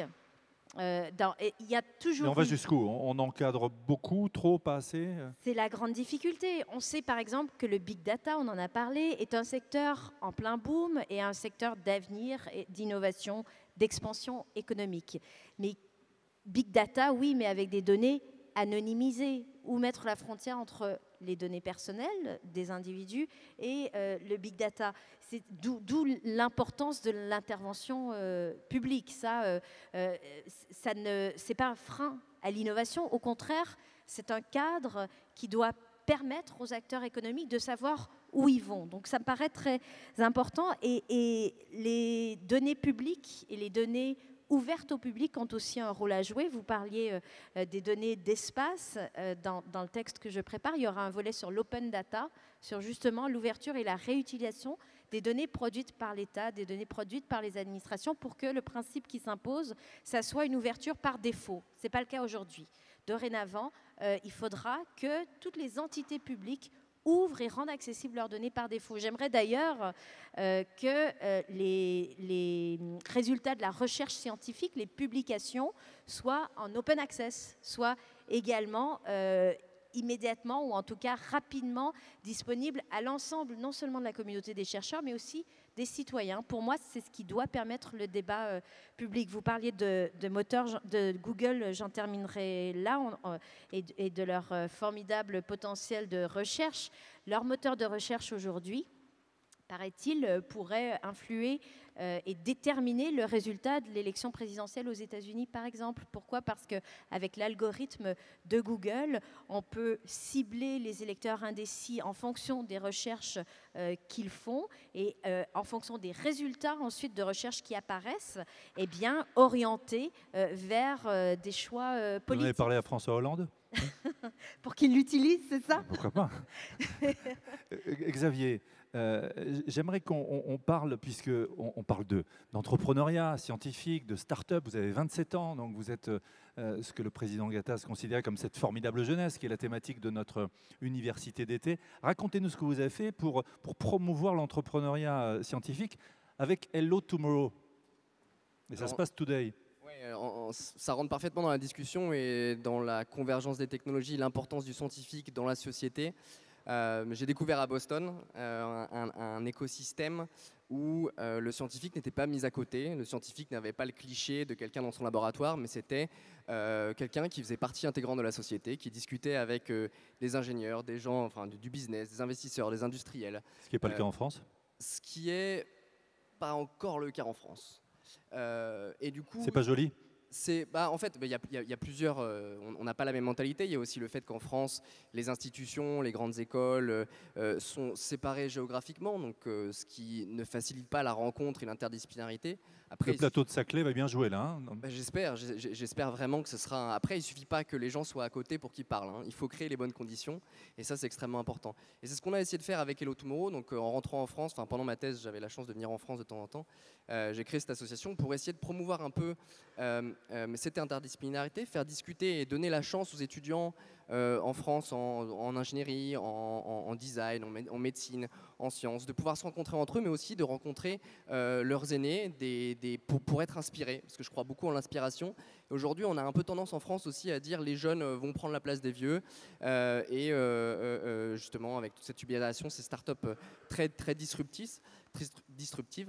Mais en fait, dans la science aujourd'hui, quand on crée une société qui est basée sur la technologie hardcore et pas seulement du service, on a besoin du conseil des anciens, on a besoin d'être inspiré aussi par ceux qui l'ont fait pour qu'ils nous expliquent comment ils l'ont fait, parce que c'est des process en médicaments qui durent des 8-10 ans et qui sont très longs. On a besoin de savoir tout ça, et le but était vraiment de créer un écosystème où le dialogue était facile, informel, entre des patrons de boîtes, des étudiants, et créer cette interdisciplinarité. Et puis ça a bien marché, les boîtes ont été créées pendant ces petites conférences. Et l'année dernière, on a créé le Hello Tomorrow Challenge, qui a été en fait une compétition de start-up européenne. Au début, elle devait être française, mais on l'a faite, on en avait aussi un petit peu marre qu'en France, la plupart des concours de start-up soient que en français. Et quand on vient du milieu de la recherche, on parle l'anglais dans les laboratoires de recherche. Et aujourd'hui, les boîtes françaises doivent être complètement internationales, et les entrepreneurs, les scientifiques doivent savoir pitcher leur boîte en anglais pour attaquer un marché international.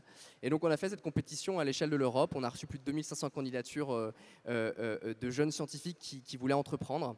Et donc ça a vraiment marché l'année dernière. On a attribué des prix, plus de 100 000 € aux grands vainqueurs. Cette année, on est devenu mondial. On est présent dans 45 pays. On a plus de 15 000 membres. Et ce qui est vraiment important pour nous, c'est d'arriver à pousser ces jeunes qui n'osent pas forcément franchir le pas entre être scientifique et transformer leur technologie en un produit, et inspirer les autres. Ça, Pour c'est nous, bien, faire le lien avec le business, avec le marché, en Tout à fait, fait. avec Et- l'entreprise. Tout à fait. Et en fait, une des valeurs ce qu'on cherche vraiment à faire, c'est montrer que dans l'entrepreneuriat, il n'y a pas que le web. Donc le numérique peut aussi être dans la science et doit être avec la science, et que les entrepreneurs qui sont en train de changer le monde ne sont pas forcément seulement ceux qui sont dans le web. Et qu'aujourd'hui, on parle beaucoup de disruptive innovation, qui est un terme qui est souvent mal employé, puisque en fait, la disruptive innovation, c'est seulement la disruption du business model, trouver un nouveau business model. Et aujourd'hui, c'est quelque chose qui marche très bien, il y a beaucoup de boîtes qui sortent, mais dans 4-5 ans, avec la convergence des technologies qui est en train d'arriver en ce moment, les technologies exponentielles, comme on les appelle, avec les puissances de calcul qui augmentent, le séquençage d'ADN, l'impression de l'ADN, on va avoir besoin, on va créer de l'innovation de rupture, et on n'aura pas forcément besoin de business model innovant, mais d'avoir des scientifiques qui puissent discuter avec des gens du business pour arriver à commercialiser ces nouvelles applications qui vont révolutionner l'avenir. Sacrée perspective. Professeur, vous vouliez réagir par rapport à l'allongement de la durée de vie et j'ai une remarque, que va-t-on faire pour les retraites Alors, oui, voilà. c'est en relation. Non, oui, je voulais juste remarquer le point concernant effectivement Google et tous ces projets pour l'allongement de la vie. Bien sûr, il y a un trend important et nous-mêmes, nous nous battons pour ça. Mais il ne faut pas oublier que quand on parle d'allongement de la vie en général, ces entreprises énormes pensent à justement la médecine régénérative, pensent aux prothèses. Mais il n'y a pas que ça, parce que l'allongement de la vie concerne une matière qui est l'homme. Or, il y a aussi comment on peut adopter un style de vie qui préserve le cerveau, le foie, les poumons. Et ça, on a aussi des choses à apprendre. Mais on n'a pas seulement des choses à apprendre, il y a aussi notre volonté. Je veux dire par là que si on apprend qu'il faut vivre d'une certaine manière et par exemple, on continue à fumer 40 paquets de cigarettes par mois, bien, on remplace un poumon une fois, 2 fois, mais ce ne sera pas la solution d'allonger la vie. Donc, ne jamais oublier les facteurs humains et la connaissance et l'éducation. Ça, c'est un point qu'il ne faut pas oublier, je pense, dans toutes les disciplines, surtout médicales. Voilà, c'est dit. Je vais me tourner vers vous, Pierre-Marie. Pendant ce temps-là, on va rappeler André Braic. Parce que son point de vue, je sais qu'il nous a plus ou moins écoutés depuis sa chambre d'hôpital.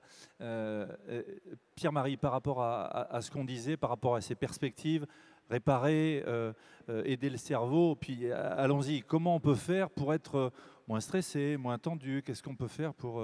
voilà. D'abord, une remarque par rapport à ce que dit Xavier. Effectivement, il y a une accélération là, du pouvoir aujourd'hui des sciences et l'impact des sciences en matière de société qui est quand même assez faramineux. Il faut rappeler qu'en 2003, le séquençage du génome a coûté 3 milliards et il y a eu plus de 20 000 chercheurs qui travaillaient ensemble. Aujourd'hui, on séquence le génome à moins de 1000 $. Probablement beaucoup moins. Et dans quelques années, ça sera autour de 10 $ et peut-être moins. Donc aujourd'hui, c'est la question qui se pose, et là je fais écho à ce qui vient d'être dit à ma gauche, c'est-à-dire qu'on a une puissance énorme, mais que va-t-on faire de cette puissance? Vivre plus longtemps ou vivre mieux? C'est-à-dire qu'il va falloir remettre quand même l'humain dans sa dimension, dans sa perspective, qui est un être désirant et non pas un être qui cherche absolument le plaisir. Puisque là, je vais répondre à la question maintenant, que faut-il faire en fonction des connaissances que l'on est en train d'acquérir? Eh bien, on s'est aperçu que depuis les années 1950, il y a donc cette augmentation exponentielle de maladies soit neurodégénératives ou des troubles psychiatriques, notamment troubles de l'humeur. Quand on s'interroge un tout petit peu, on voit qu'il y a eu à ce moment-là, au moins dans nos sociétés, changement radical de société. Les petites épiceries vont disparaître au profit des grands centres commerciaux et on est sur un mode de société qui va chercher la croissance par la consommation. Ça veut dire quoi en matière de cerveau et de neurologie? C'est-à-dire qu'on est en train de donner un signal qu'il va falloir chercher à consommer et donc le plaisir. En matière de cerveau, la consommation, c'est le plaisir. Or, le moteur de notre cerveau, ce n'est pas le plaisir, c'est le désir. En d'autres termes, si vous avez du plaisir sans avoir eu au préalable du désir, pour vous, ce qui vous attendra, ce sont les affres de l'addiction, la dépendance. Mais alors, Pierre-Marie, si on a tout avec un clic, on n'aura même pas de désir, là, c'est tout de suite. On est foutu. C'est-à-dire que le désir, la définition du désir, non pas philosophiquement mais en neurologie, le désir est une simulation virtuelle de la récompense à venir. Vous voyez, je mets des billets à la banque parce qu'un jour je sais que j'irai les chercher. Donc je suis dans une promesse d'une récompense. Une sorte de perspective positive. Dans une promesse d'une récompense à venir. Et le jour où je vais chercher ces billets, là je sens du plaisir. D'accord? J'ai une petite bouffée de dopamine. Mais il ne faut surtout pas marcher sur ces bouffées de dopamine en permanence. Or, quand on regarde autour de nous, peut-être sauf les chefs d'entreprise qui, de par leur métier, sont obligés de faire de la prospective, force est de constater que nos concitoyens sont plutôt dans le plaisir et l'addiction, les pauvres. Et donc, il va falloir les sauver. Alors, comment on fait, docteur? Eh bien, créer du désir. Voilà, je crois que... Ah, c'est bien, ça nous va bien. Vous ça. savez, Un beau si slogan. sensible, C'est un beau Pierre-Marie, slogan. Vous avez dit, mais vous savez ce que disait Saint-Augustin à propos du bonheur. Il disait, en fait, le bonheur, c'est de continuer à désirer ce que l'on possède déjà. Alors, on désire avoir notre ami André Braic au téléphone. André, merci encore une fois d'être avec nous. Je rappelle que vous avez été le seul Français à travailler sur la sonde Voyageur, le seul Français à être sur la sonde Cassidy. La découverte des anneaux de Neptune, c'est vous aussi. Donc, qui mieux que vous peut nous parler des promesses de l'avenir? Que faire pour qu'on passe du rêve à la réalité? Les réformes, on est avec un ministre de la République. On vous écoute. Oui, je voudrais préciser que j'étais le seul Français de l'équipe d'imagerie de ces sondes. Hein. Parlez pas trop vite, André, parce qu'on vous suit en vous lisant. Je voudrais vous préciser que j'étais le seul Français de l'équipe d'imagerie de ces sondes. Mais ces deux missions, Voyager et Cassini, ont été extraordinaires. Et d'ailleurs, je remercie le CNES de m'avoir financé pour que je puisse y participer. Et vous voyez la durée de vie des expériences scientifiques. La mission Cassini, nous avons commencé à se battre pour la faire accepter par les agences en 1980. Et cette mission sera terminée en 2017. C'est pratiquement 40 ans, la durée. Alors, même si elle a coûté 4 milliards d'euros, pour 40 ans et une somme de découverte extraordinaire, eh bien, ça vaut la peine. Et en plus, nous parlions des océans souterrains. C'est la sonde Cassini qui a découvert un océan souterrain sur le satellite Encelade, satellite de Saturne, avec des geysers, avec un océan d'eau liquide et avec de la chimie du carbone. Et l'énergie, la chimie du carbone et l'eau liquide, eh bien, c'est les conditions qu'il faut pour que la vie existe. Alors, nous ne savons pas s'il y a des baleines ou des dauphins là-bas, évidemment. Mais nous allons y retourner, d'abord sur Europe pour Jupiter, j'espère par la suite sur les satellites de Saturne, eh bien, pour voir ce qu'il y a en lançant des petits sous-marins et en essayant d'explorer ceci. Et si nous trouvons des bactéries, eh bien, je crois que ça sera une évolution pour en sociologie, en philosophie, en métaphysique extraordinaire, c'est-à-dire que la vie n'existerait pas uniquement sur la Terre. Et nous avons les promesses des missions futures qui iront, là je parle du 22e siècle, qui iront vers d'autres étoiles autour desquelles on trouve des planètes. Eh bien, y a-t-il de la vie là-bas? Il y a des planètes où il semble que les conditions ne soient pas très différentes de celles sur Terre. Eh bien, nous avons la promesse d'un avenir extraordinaire. Et si maintenant il y a eu l'exploration de la Terre avec les explorateurs qui ont découvert l'Amérique, l'Océanie, eh bien maintenant c'est l'exploration de l'espace qui est vraiment un changement complet. Notre Terre n'est pas un endroit isolé, notre Terre dépend de ce qui se passe autour. Et quelle promesse pour notre civilisation, quelle promesse pour l'avenir, et aussi quel moyen de financer beaucoup de choses, d'avoir beaucoup de chercheurs et d'avancer, d'avoir une société avec des gens qui sont mieux que, disons, dans certaines autres activités, qui sont mieux André Braic, dans le supermarché. André, je vous coupe. Parlons de la recherche scientifique. On parlait tout à l'heure de la dichotomie entre la recherche fondamentale et puis la recherche avec une application produit, donc commercialisation. Votre avis? Oui. Bien, les deux sont différentes mais complémentaires. Faire de la recherche appliquée sans faire de la recherche fondamentale, c'est construire un bâtiment sur du sable. Et faire de la recherche fondamentale sans jamais l'appliquer, c'est, je dirais, inutile. Donc, il doit y avoir un aller-retour entre les deux qui, hélas, n'existe pas en France. Je vous donne deux exemples. Quand on a inventé l'optique adaptative, qui consiste à voir à travers l'atmosphère mieux les étoiles, eh bien, une des applications de cela, c'est la chirurgie de l'œil.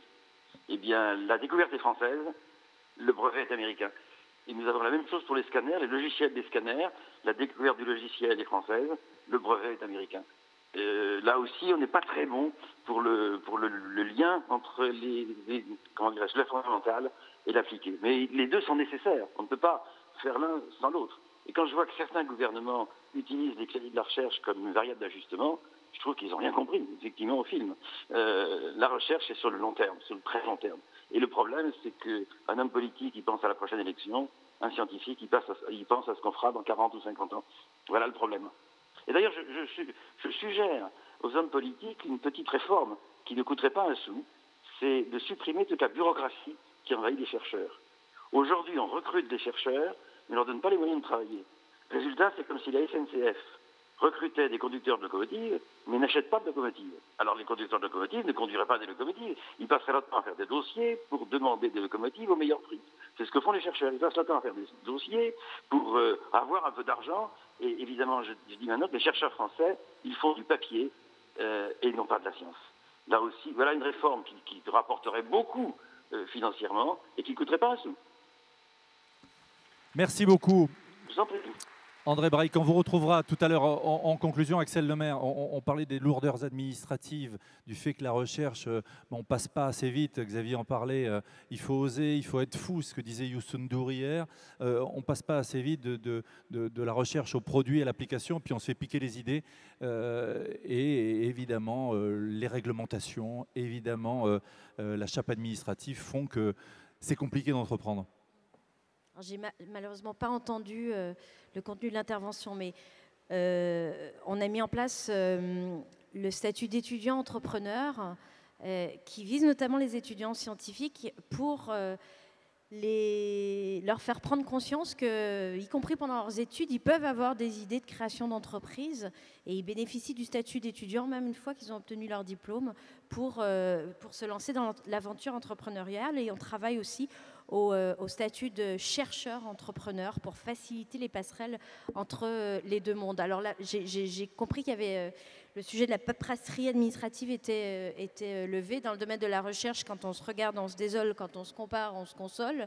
Pourquoi ? Parce que pour avoir observé d'autres pays où les financements dans le domaine de la recherche sont très souvent privés, y compris pour la recherche publique, et bien ce que nous disent les chercheurs, c'est qu'ils passent un temps incommensurable à chercher des financements. Qui dit chercher des financements, dit remplir des dossiers. Et c'est très malheureux parce que ce temps-là est pris sur leur activité de recherche de la même manière que des chefs d'entreprise perdent du temps sur de la paperasserie administrative plutôt que de s'occuper de leur entreprise. Alors on a lancé le chantier de la simplification pour les entreprises. Thierry Mandon était là hier. Hein. Comme pour les Français, c'est compliqué de simplifier. Hein. Vous avez vu ça, hein, vous qui êtes un peu bercé par le monde anglo-saxon. Et on en est à des centaines de mesures qui ont été prises après avoir identifié, mais point par point, tous les obstacles aux chefs d'entreprise, aux Français dans leur relation avec l'administration, pour que ces obstacles tombent les uns après les autres. Alors beaucoup de ces mesures ont été décidées, mais elles entrent en vigueur à partir du 1er janvier l'année prochaine. On ne le voit pas encore dans notre quotidien, mais c'est une priorité absolue du gouvernement. Concernant les chercheurs en particulier, je ne suis pas spécialiste, mais je me souviens de cette conversation avec Geneviève Fioraso lorsqu'elle exerçait ses fonctions au sein du gouvernement. Elle en avait fait un de ses grands combats parce qu'elle se désolait de rencontrer des chercheurs se plaindre de passer trop de temps à remplir des dossiers. Mais pour ça, se pose toujours éternellement la question des financements. Qu'est-ce que vous avez envie de dire aux chefs d'entreprise qui sont réunis ici aujourd'hui, vous qui avez un portefeuille clé pour aujourd'hui, pour l'avenir, pour ces promesses du futur? D'abord, bravo, parce que votre engagement, il est quotidien. Je comprends qu'il n'est pas facile et qu'aujourd'hui, tous les espoirs de croissance reposent sur vous. Et qui dit croissance dit création d'emplois. Et c'est ce qui pourra apporter de l'air et du bonheur à notre pays. Et puis, sur le numérique, n'ayez pas peur, surtout pas, embrassez-le. Et oui, parce que ça fait peur. Le numérique, encore majoritairement, fait peur. Fait peur parce que c'est un domaine qui est mal connu, c'est un domaine qui appartient encore trop souvent un monde d'experts. Ouais, c'est ce que disait Pierre-Marie. Hein. Qui a besoin d'être vulgarisé, et vous faites ce travail et c'est important. Et c'est aussi un formidable vecteur d'opportunité qui permet souvent l'émancipation individuelle. Les chefs d'entreprise et les jeunes en particulier qui se lancent dans la création de start-up, ils deviennent leurs propres patrons, ils découvrent ce que c'est. Et c'est quand même formidable d'avoir une idée et de la concrétiser. Et de la concrétiser. Et le numérique, je crois que c'est notamment pour des jeunes, peut-être paradoxalement, qui ont moins accès aux grandes écoles, qui ont moins accès spontanément au marché du travail. Pour les femmes, ça présente des occasions formidables d'émancipation. Il faut que cette vision optimiste du numérique soit partagée pour qu'on s'en saisisse comme des acteurs actifs et non pas comme des consommateurs passifs. Je rejoins tout à fait ce que vous avez dit sur l'importance de cultiver le désir. Parfois, on a le sentiment que les jeunes nés dans le numérique, ils ont un besoin d'immédiateté qu'il faut assouvir directement par l'utilisation des outils numériques, d'où l'importance aussi, et j'y reviens, parce que c'est fondamental, de l'éducation et de l'autonomisation dans cet environnement numérique.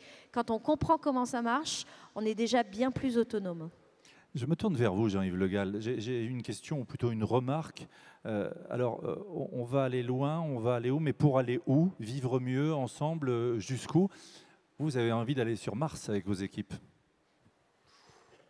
Là, vous répondez un peu vite. Oui, c'est vrai que ça va prendre du temps. Non, ça fait partie des 3 grands projets. Hein. Oui, mais aller sur Mars, pas forcément envoyer des hommes sur Mars. Aujourd'hui, les robots font l'affaire. Alors, je sais bien qu'aux États-Unis, un peu partout, il y a des projets de dire on va aller s'installer sur Mars, mais j'en viens de répondre pourquoi faire. C'est toujours cette quête de la vie extraterrestre. Oui, la quête de la vie extraterrestre, quand Christophe Colomb est parti chercher l'Amérique, bon, continuer à vivre, à respirer, il y avait de l'atmosphère, il est arrivé aux États-Unis, il y avait des dindons pour se nourrir, de l'eau fraîche pour boire. Vous allez sur Mars, bon d'abord, aujourd'hui le voyage vers Mars c'est quand même un peu difficile, c'est 9 mois dans l'équivalent à 3 d'une Renault Twingo, et puis il y a quand même un aspect psychologique que je trouve pour ma part effrayant. Quand on est allé sur la Lune c'est parfait, parce que c'est la tragédie classique, unité de temps, d'action, de lieu. Vous êtes à 3 jours, vous quittez la Terre, vous continuez à la voir, vous voyez la Lune. Vous partez pour Mars, au bout de 15 jours, vous ne voyez plus rien. Vous êtes dans le noir pour 8 mois. Moi, j'ai peur du noir. Donc, c'est terrifiant. Bon, parfait, je ne suis pas le seul. Donc, vous êtes loin de tout. Les astronautes qui sont dans la station spatiale savent qu'ils ont un problème médical ou autre. Ils descendent avec le Soyuz, 3 heures après, ils sont dans un hôpital. Vous êtes entre la Terre et Mars. Vous êtes totalement perdu. Et ensuite, vous arrivez sur Mars, vous y passez 6 mois dans un environnement totalement hostile. Il n'y a pas d'atmosphère, il faut vivre sous scaphandre. Alors, c'est vrai qu'on vous raconte des projets, on va extraire ceci ou cela du sol martien. Enfin, ce sont des projets à un terme très, très lointain. Alors, je sais bien que les choses peuvent aller très vite. À mon avis, la seule possibilité pour que la mission martienne devienne accessible à un horizon prévisible, disons, de notre existence, c'est trouver une rupture technologique qui ramènera le temps de transport de 9 mois à 1 mois. Là, on entre dans du raisonnable. Ensuite, on est en orbite et on revient. Donc, ça Vous y travaillez ? On y travaille, mais c'est très difficile. Il n'y a pas aujourd'hui, si c'était possible, on l'aurait déjà trouvé. Donc ça peut être des moteurs plasmiques, des choses comme ça, mais c'est très compliqué. Et aller vers Mars, eh bien, je ne crois pas à 3 personnes enfermées dans une capsule. Aller vers Mars, c'est 2001, l'Odyssée de l'espace, c'est-à-dire c'est l'équivalent d'une station spatiale à l'intérieur de laquelle il y a un semblant de pesanteur, parce que les astronautes, lorsqu'ils passent aujourd'hui 1 an en apesanteur, quand ils redescendent, ils sont quand même pas très beaux à voir, parce qu'il y a des effets physiologiques qui sont très importants, parce que la nourriture, c'est pas facile, et ainsi de suite.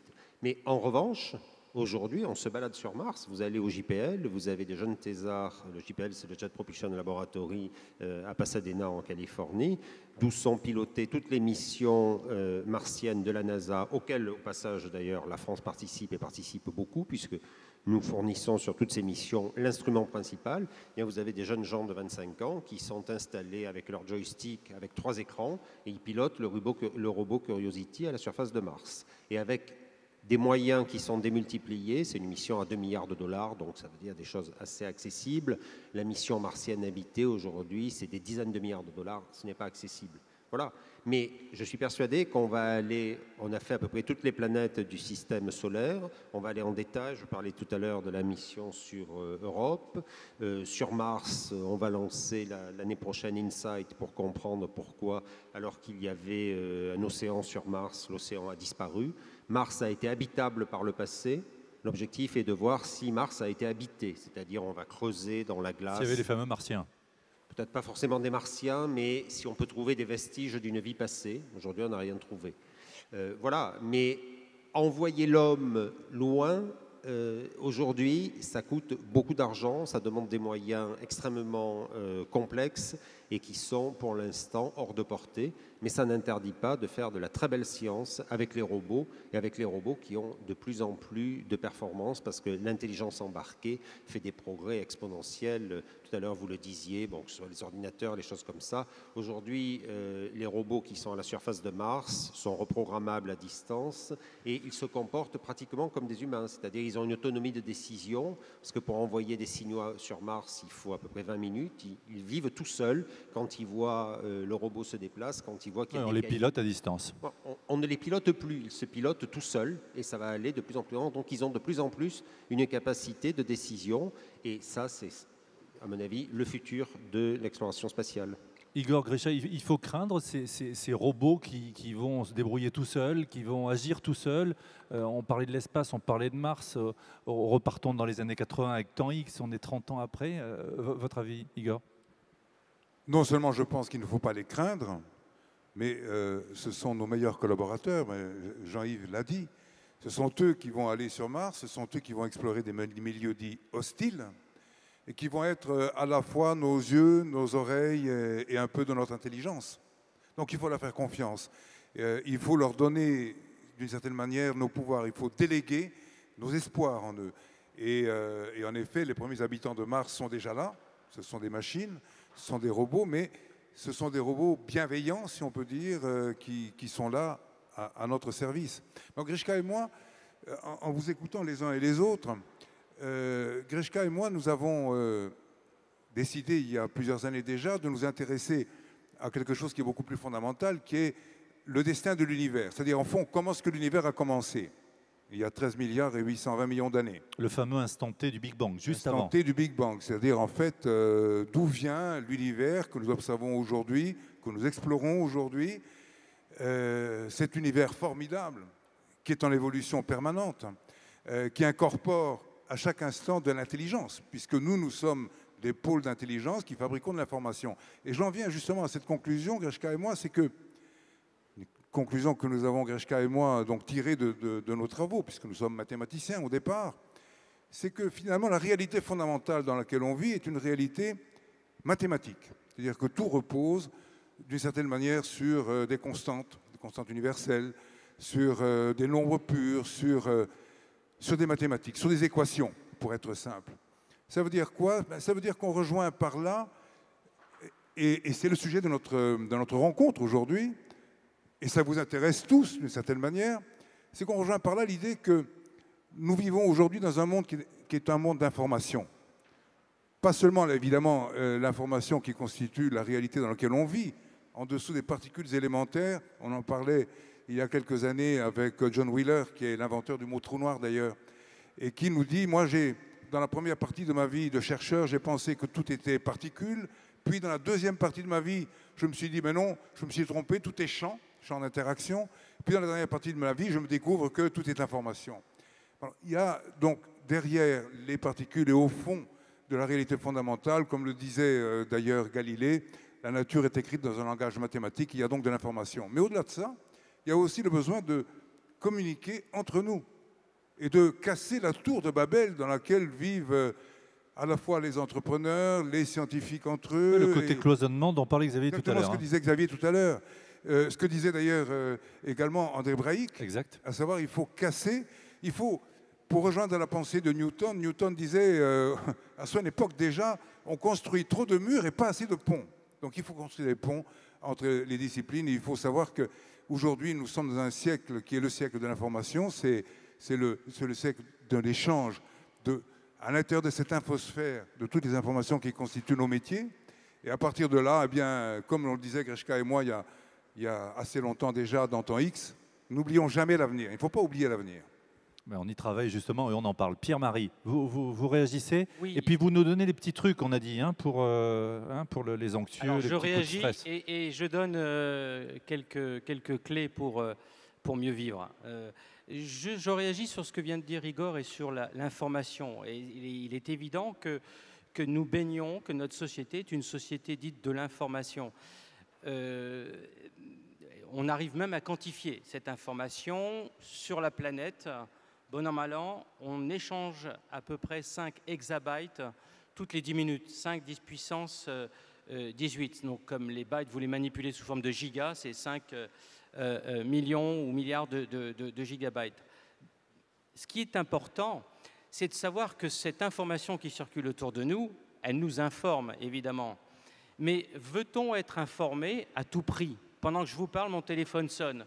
Je le regarde discrètement et on me dit tsunami à Fukushima, 18 000 morts. Et qu'est-ce que je fais avec ça? Vous voyez, et ça, c'est le propre aujourd'hui de l'homme qui est plongé dans cette infobésité. Il faut Et bien lui cette donner un nom. instantanéité dont on parlait. C'est de l'infobésité. Nous avons tous trop d'informations. Et uniquement ceux qui vont s'en sortir, c'est ceux qui savent mettre des filtres pour finalement traiter l'utile du futile. Savoir ce qui, L'urgent de l'important. Hein. ce qui me fait savoir ou ce qui me fait comprendre. Ce qui me fait savoir, je n'en veux plus. Parce que je vais avoir besoin, l'information, j'ai accès à tout moment. Comprendre, c'est une démarche analytique qui a besoin de temps, etc. Donc c'est vraiment, et là c'est là où je donne la clé, c'est-à-dire que nous devons tous être conscients qu'aujourd'hui l'information ne coûte rien. On l'a à portée de main. Et que si on est dans ce tsunami d'informations, eh bien, nous guettera ces troubles de l'humeur, c'est l'anxiété, le burn-out, etc., qui viennent de ce fait qu'on n'arrive pas à traiter toute cette information. Pierre-Marie, par rapport à ça, quel est le rôle de l'environnement social dans tous ces mots, dans toutes ces affections? Eh bien, en fait, l'idée, c'est une question. L'idée, c'est que nous devons nous détacher de l'information pour essayer plus de comprendre. Et c'est là où j'aimerais peut-être pointer du doigt l'intelligence artificielle, qui vient ici comme un support au cerveau, qui vient pour nous aider à prendre des décisions. Alors évidemment, on voit aussi les déboires de l'intelligence artificielle quand on apprend que les salles de marché aujourd'hui sont gérées aussi par de l'intelligence artificielle et que les décisions sont prises de l'ordre de la microseconde.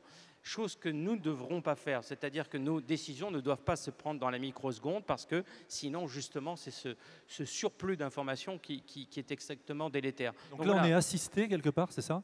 Eh bien, on voit une mode qui arrive. Les livres de Mathieu Ricard qui se vendent, vous voyez, on nous dit le zen, la méditation, etc. C'est parce que l'humain moderne souffre, ne sait pas comment s'en sortir, mais se rend compte que quand même, quand il marche 10 minutes dans une forêt, quand il a la possibilité de marcher, de s'évader, le vagabondage intellectuel, ce qu'on n'a plus le temps de faire, vous voyez, tout ça nous ressource finalement. Donc oui à l'information, à condition de savoir trier cette information. Et là, l'intelligence artificielle peut être un outil formidable. Et vous nous dites aussi, halte à la routine. Ah oui, non mais ça, on le sait, que le frein le plus puissant à la plasticité du cerveau, c'est la routine. Quand le sujet est plongé dans un environnement qui ne change pas, en fait, toute cette plasticité cérébrale, ce potentiel que nous avons tous de reconfigurer nos cerveaux, ce que ne font pas les ordinateurs, donc l'analogie cerveau et ordinateur ne fonctionne pas, eh bien, cette plasticité cérébrale disparaît quand le sujet vit dans la routine. C'est là qu'on a les fameux troubles de l'humeur. Et voilà, donc le sujet qui sera enclin à chercher la zone de confort en permanence, évidemment, voit sa plasticité cérébrale disparaître et de là subir le changement finalement comme étant un aléa, quoi, quelque chose qui n'arrive pas à donner du sens. Alors, on me fait signe qu'il faut qu'on termine un petit peu avant. Professeur, vous vouliez nous dire quelque chose.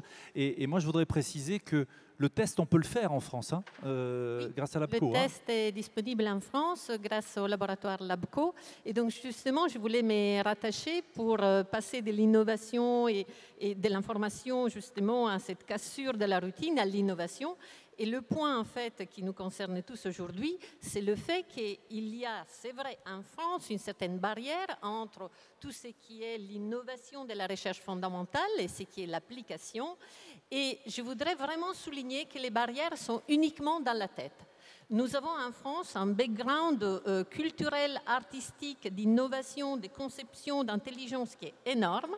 Et donc, on a besoin de dépasser cette barrière. Et pour dépasser cette barrière, je voudrais vraiment dire qu'il faut essayer de connaître, apprécier l'autre. Alors, les industriels sont des personnes extrêmement courageuses, qui font un métier difficile, qui résolvent un ou plusieurs problèmes tous les jours. Mais c'est un monde merveilleux de faire arriver un produit ou l'innovation au public. Et les chercheurs, lui, qu'il faut comprendre plus, il ne sert pas à grand-chose s'il ne fait pas vraiment l'effort pour porter ce qu'il développe aux patients et au public. Et donc, c'est vrai que nous sommes un exemple privilégié, déjà pour notre parcours et pour la chance que nous avons eue, mais aussi parce qu'on a rencontré l'industriel qui a regardé les chercheurs, non pas comme un ovni, quelque chose voilà, qui reste dans son coin, mais comme quelqu'un qui veut vraiment faire changer la santé. Et la vie. Je souhaite à tous d'avoir ce type de rencontre. Nous l'avons eu avec l'APCO, comme vous savez, et donc je souhaite la même chose aux autres chercheurs. Merci beaucoup, professeur. Le mot de la fin avec vous, Axel Lemaire, très rapidement. On se donne rendez-vous quand? Difficile le mot de la fin. Ouais. Je me disais, alors au moins au gouvernement, pour l'instant, il n'y a pas de routine. Donc ça veut dire que je n'ai pas le droit d'être de mauvaise humeur, si j'ai bien compris. Pas de j'ai des membres de mon équipe qui sont là, ils vont me prendre au mot, justement. Attention. Alors, on peut se donner rendez-vous peut-être plus tard, au mois de septembre, parce que le projet de loi dont nous avons parlé, il sera mis en ligne. Et pour la première fois, il sera soumis à commentaires et à propositions de modification. Participatif. Très bien. Vous l'avez dit. Voilà. Je voudrais que vous remerciez, remerciez chaleureusement même tous nos invités, tous nos experts. Merci beaucoup d'avoir été avec nous. André Braic au téléphone, Igor et Grishka Bogdanov, Xavier Duporté, Jean-Yves Le Gall, Axel Lemaire, Pierre-Marie Edo et vos professeurs, Patricia Paterlini-Bréchaud. Merci infiniment. Et on va laisser tout de suite la scène pour la suite. Et je crois que c'est Edwige qui va...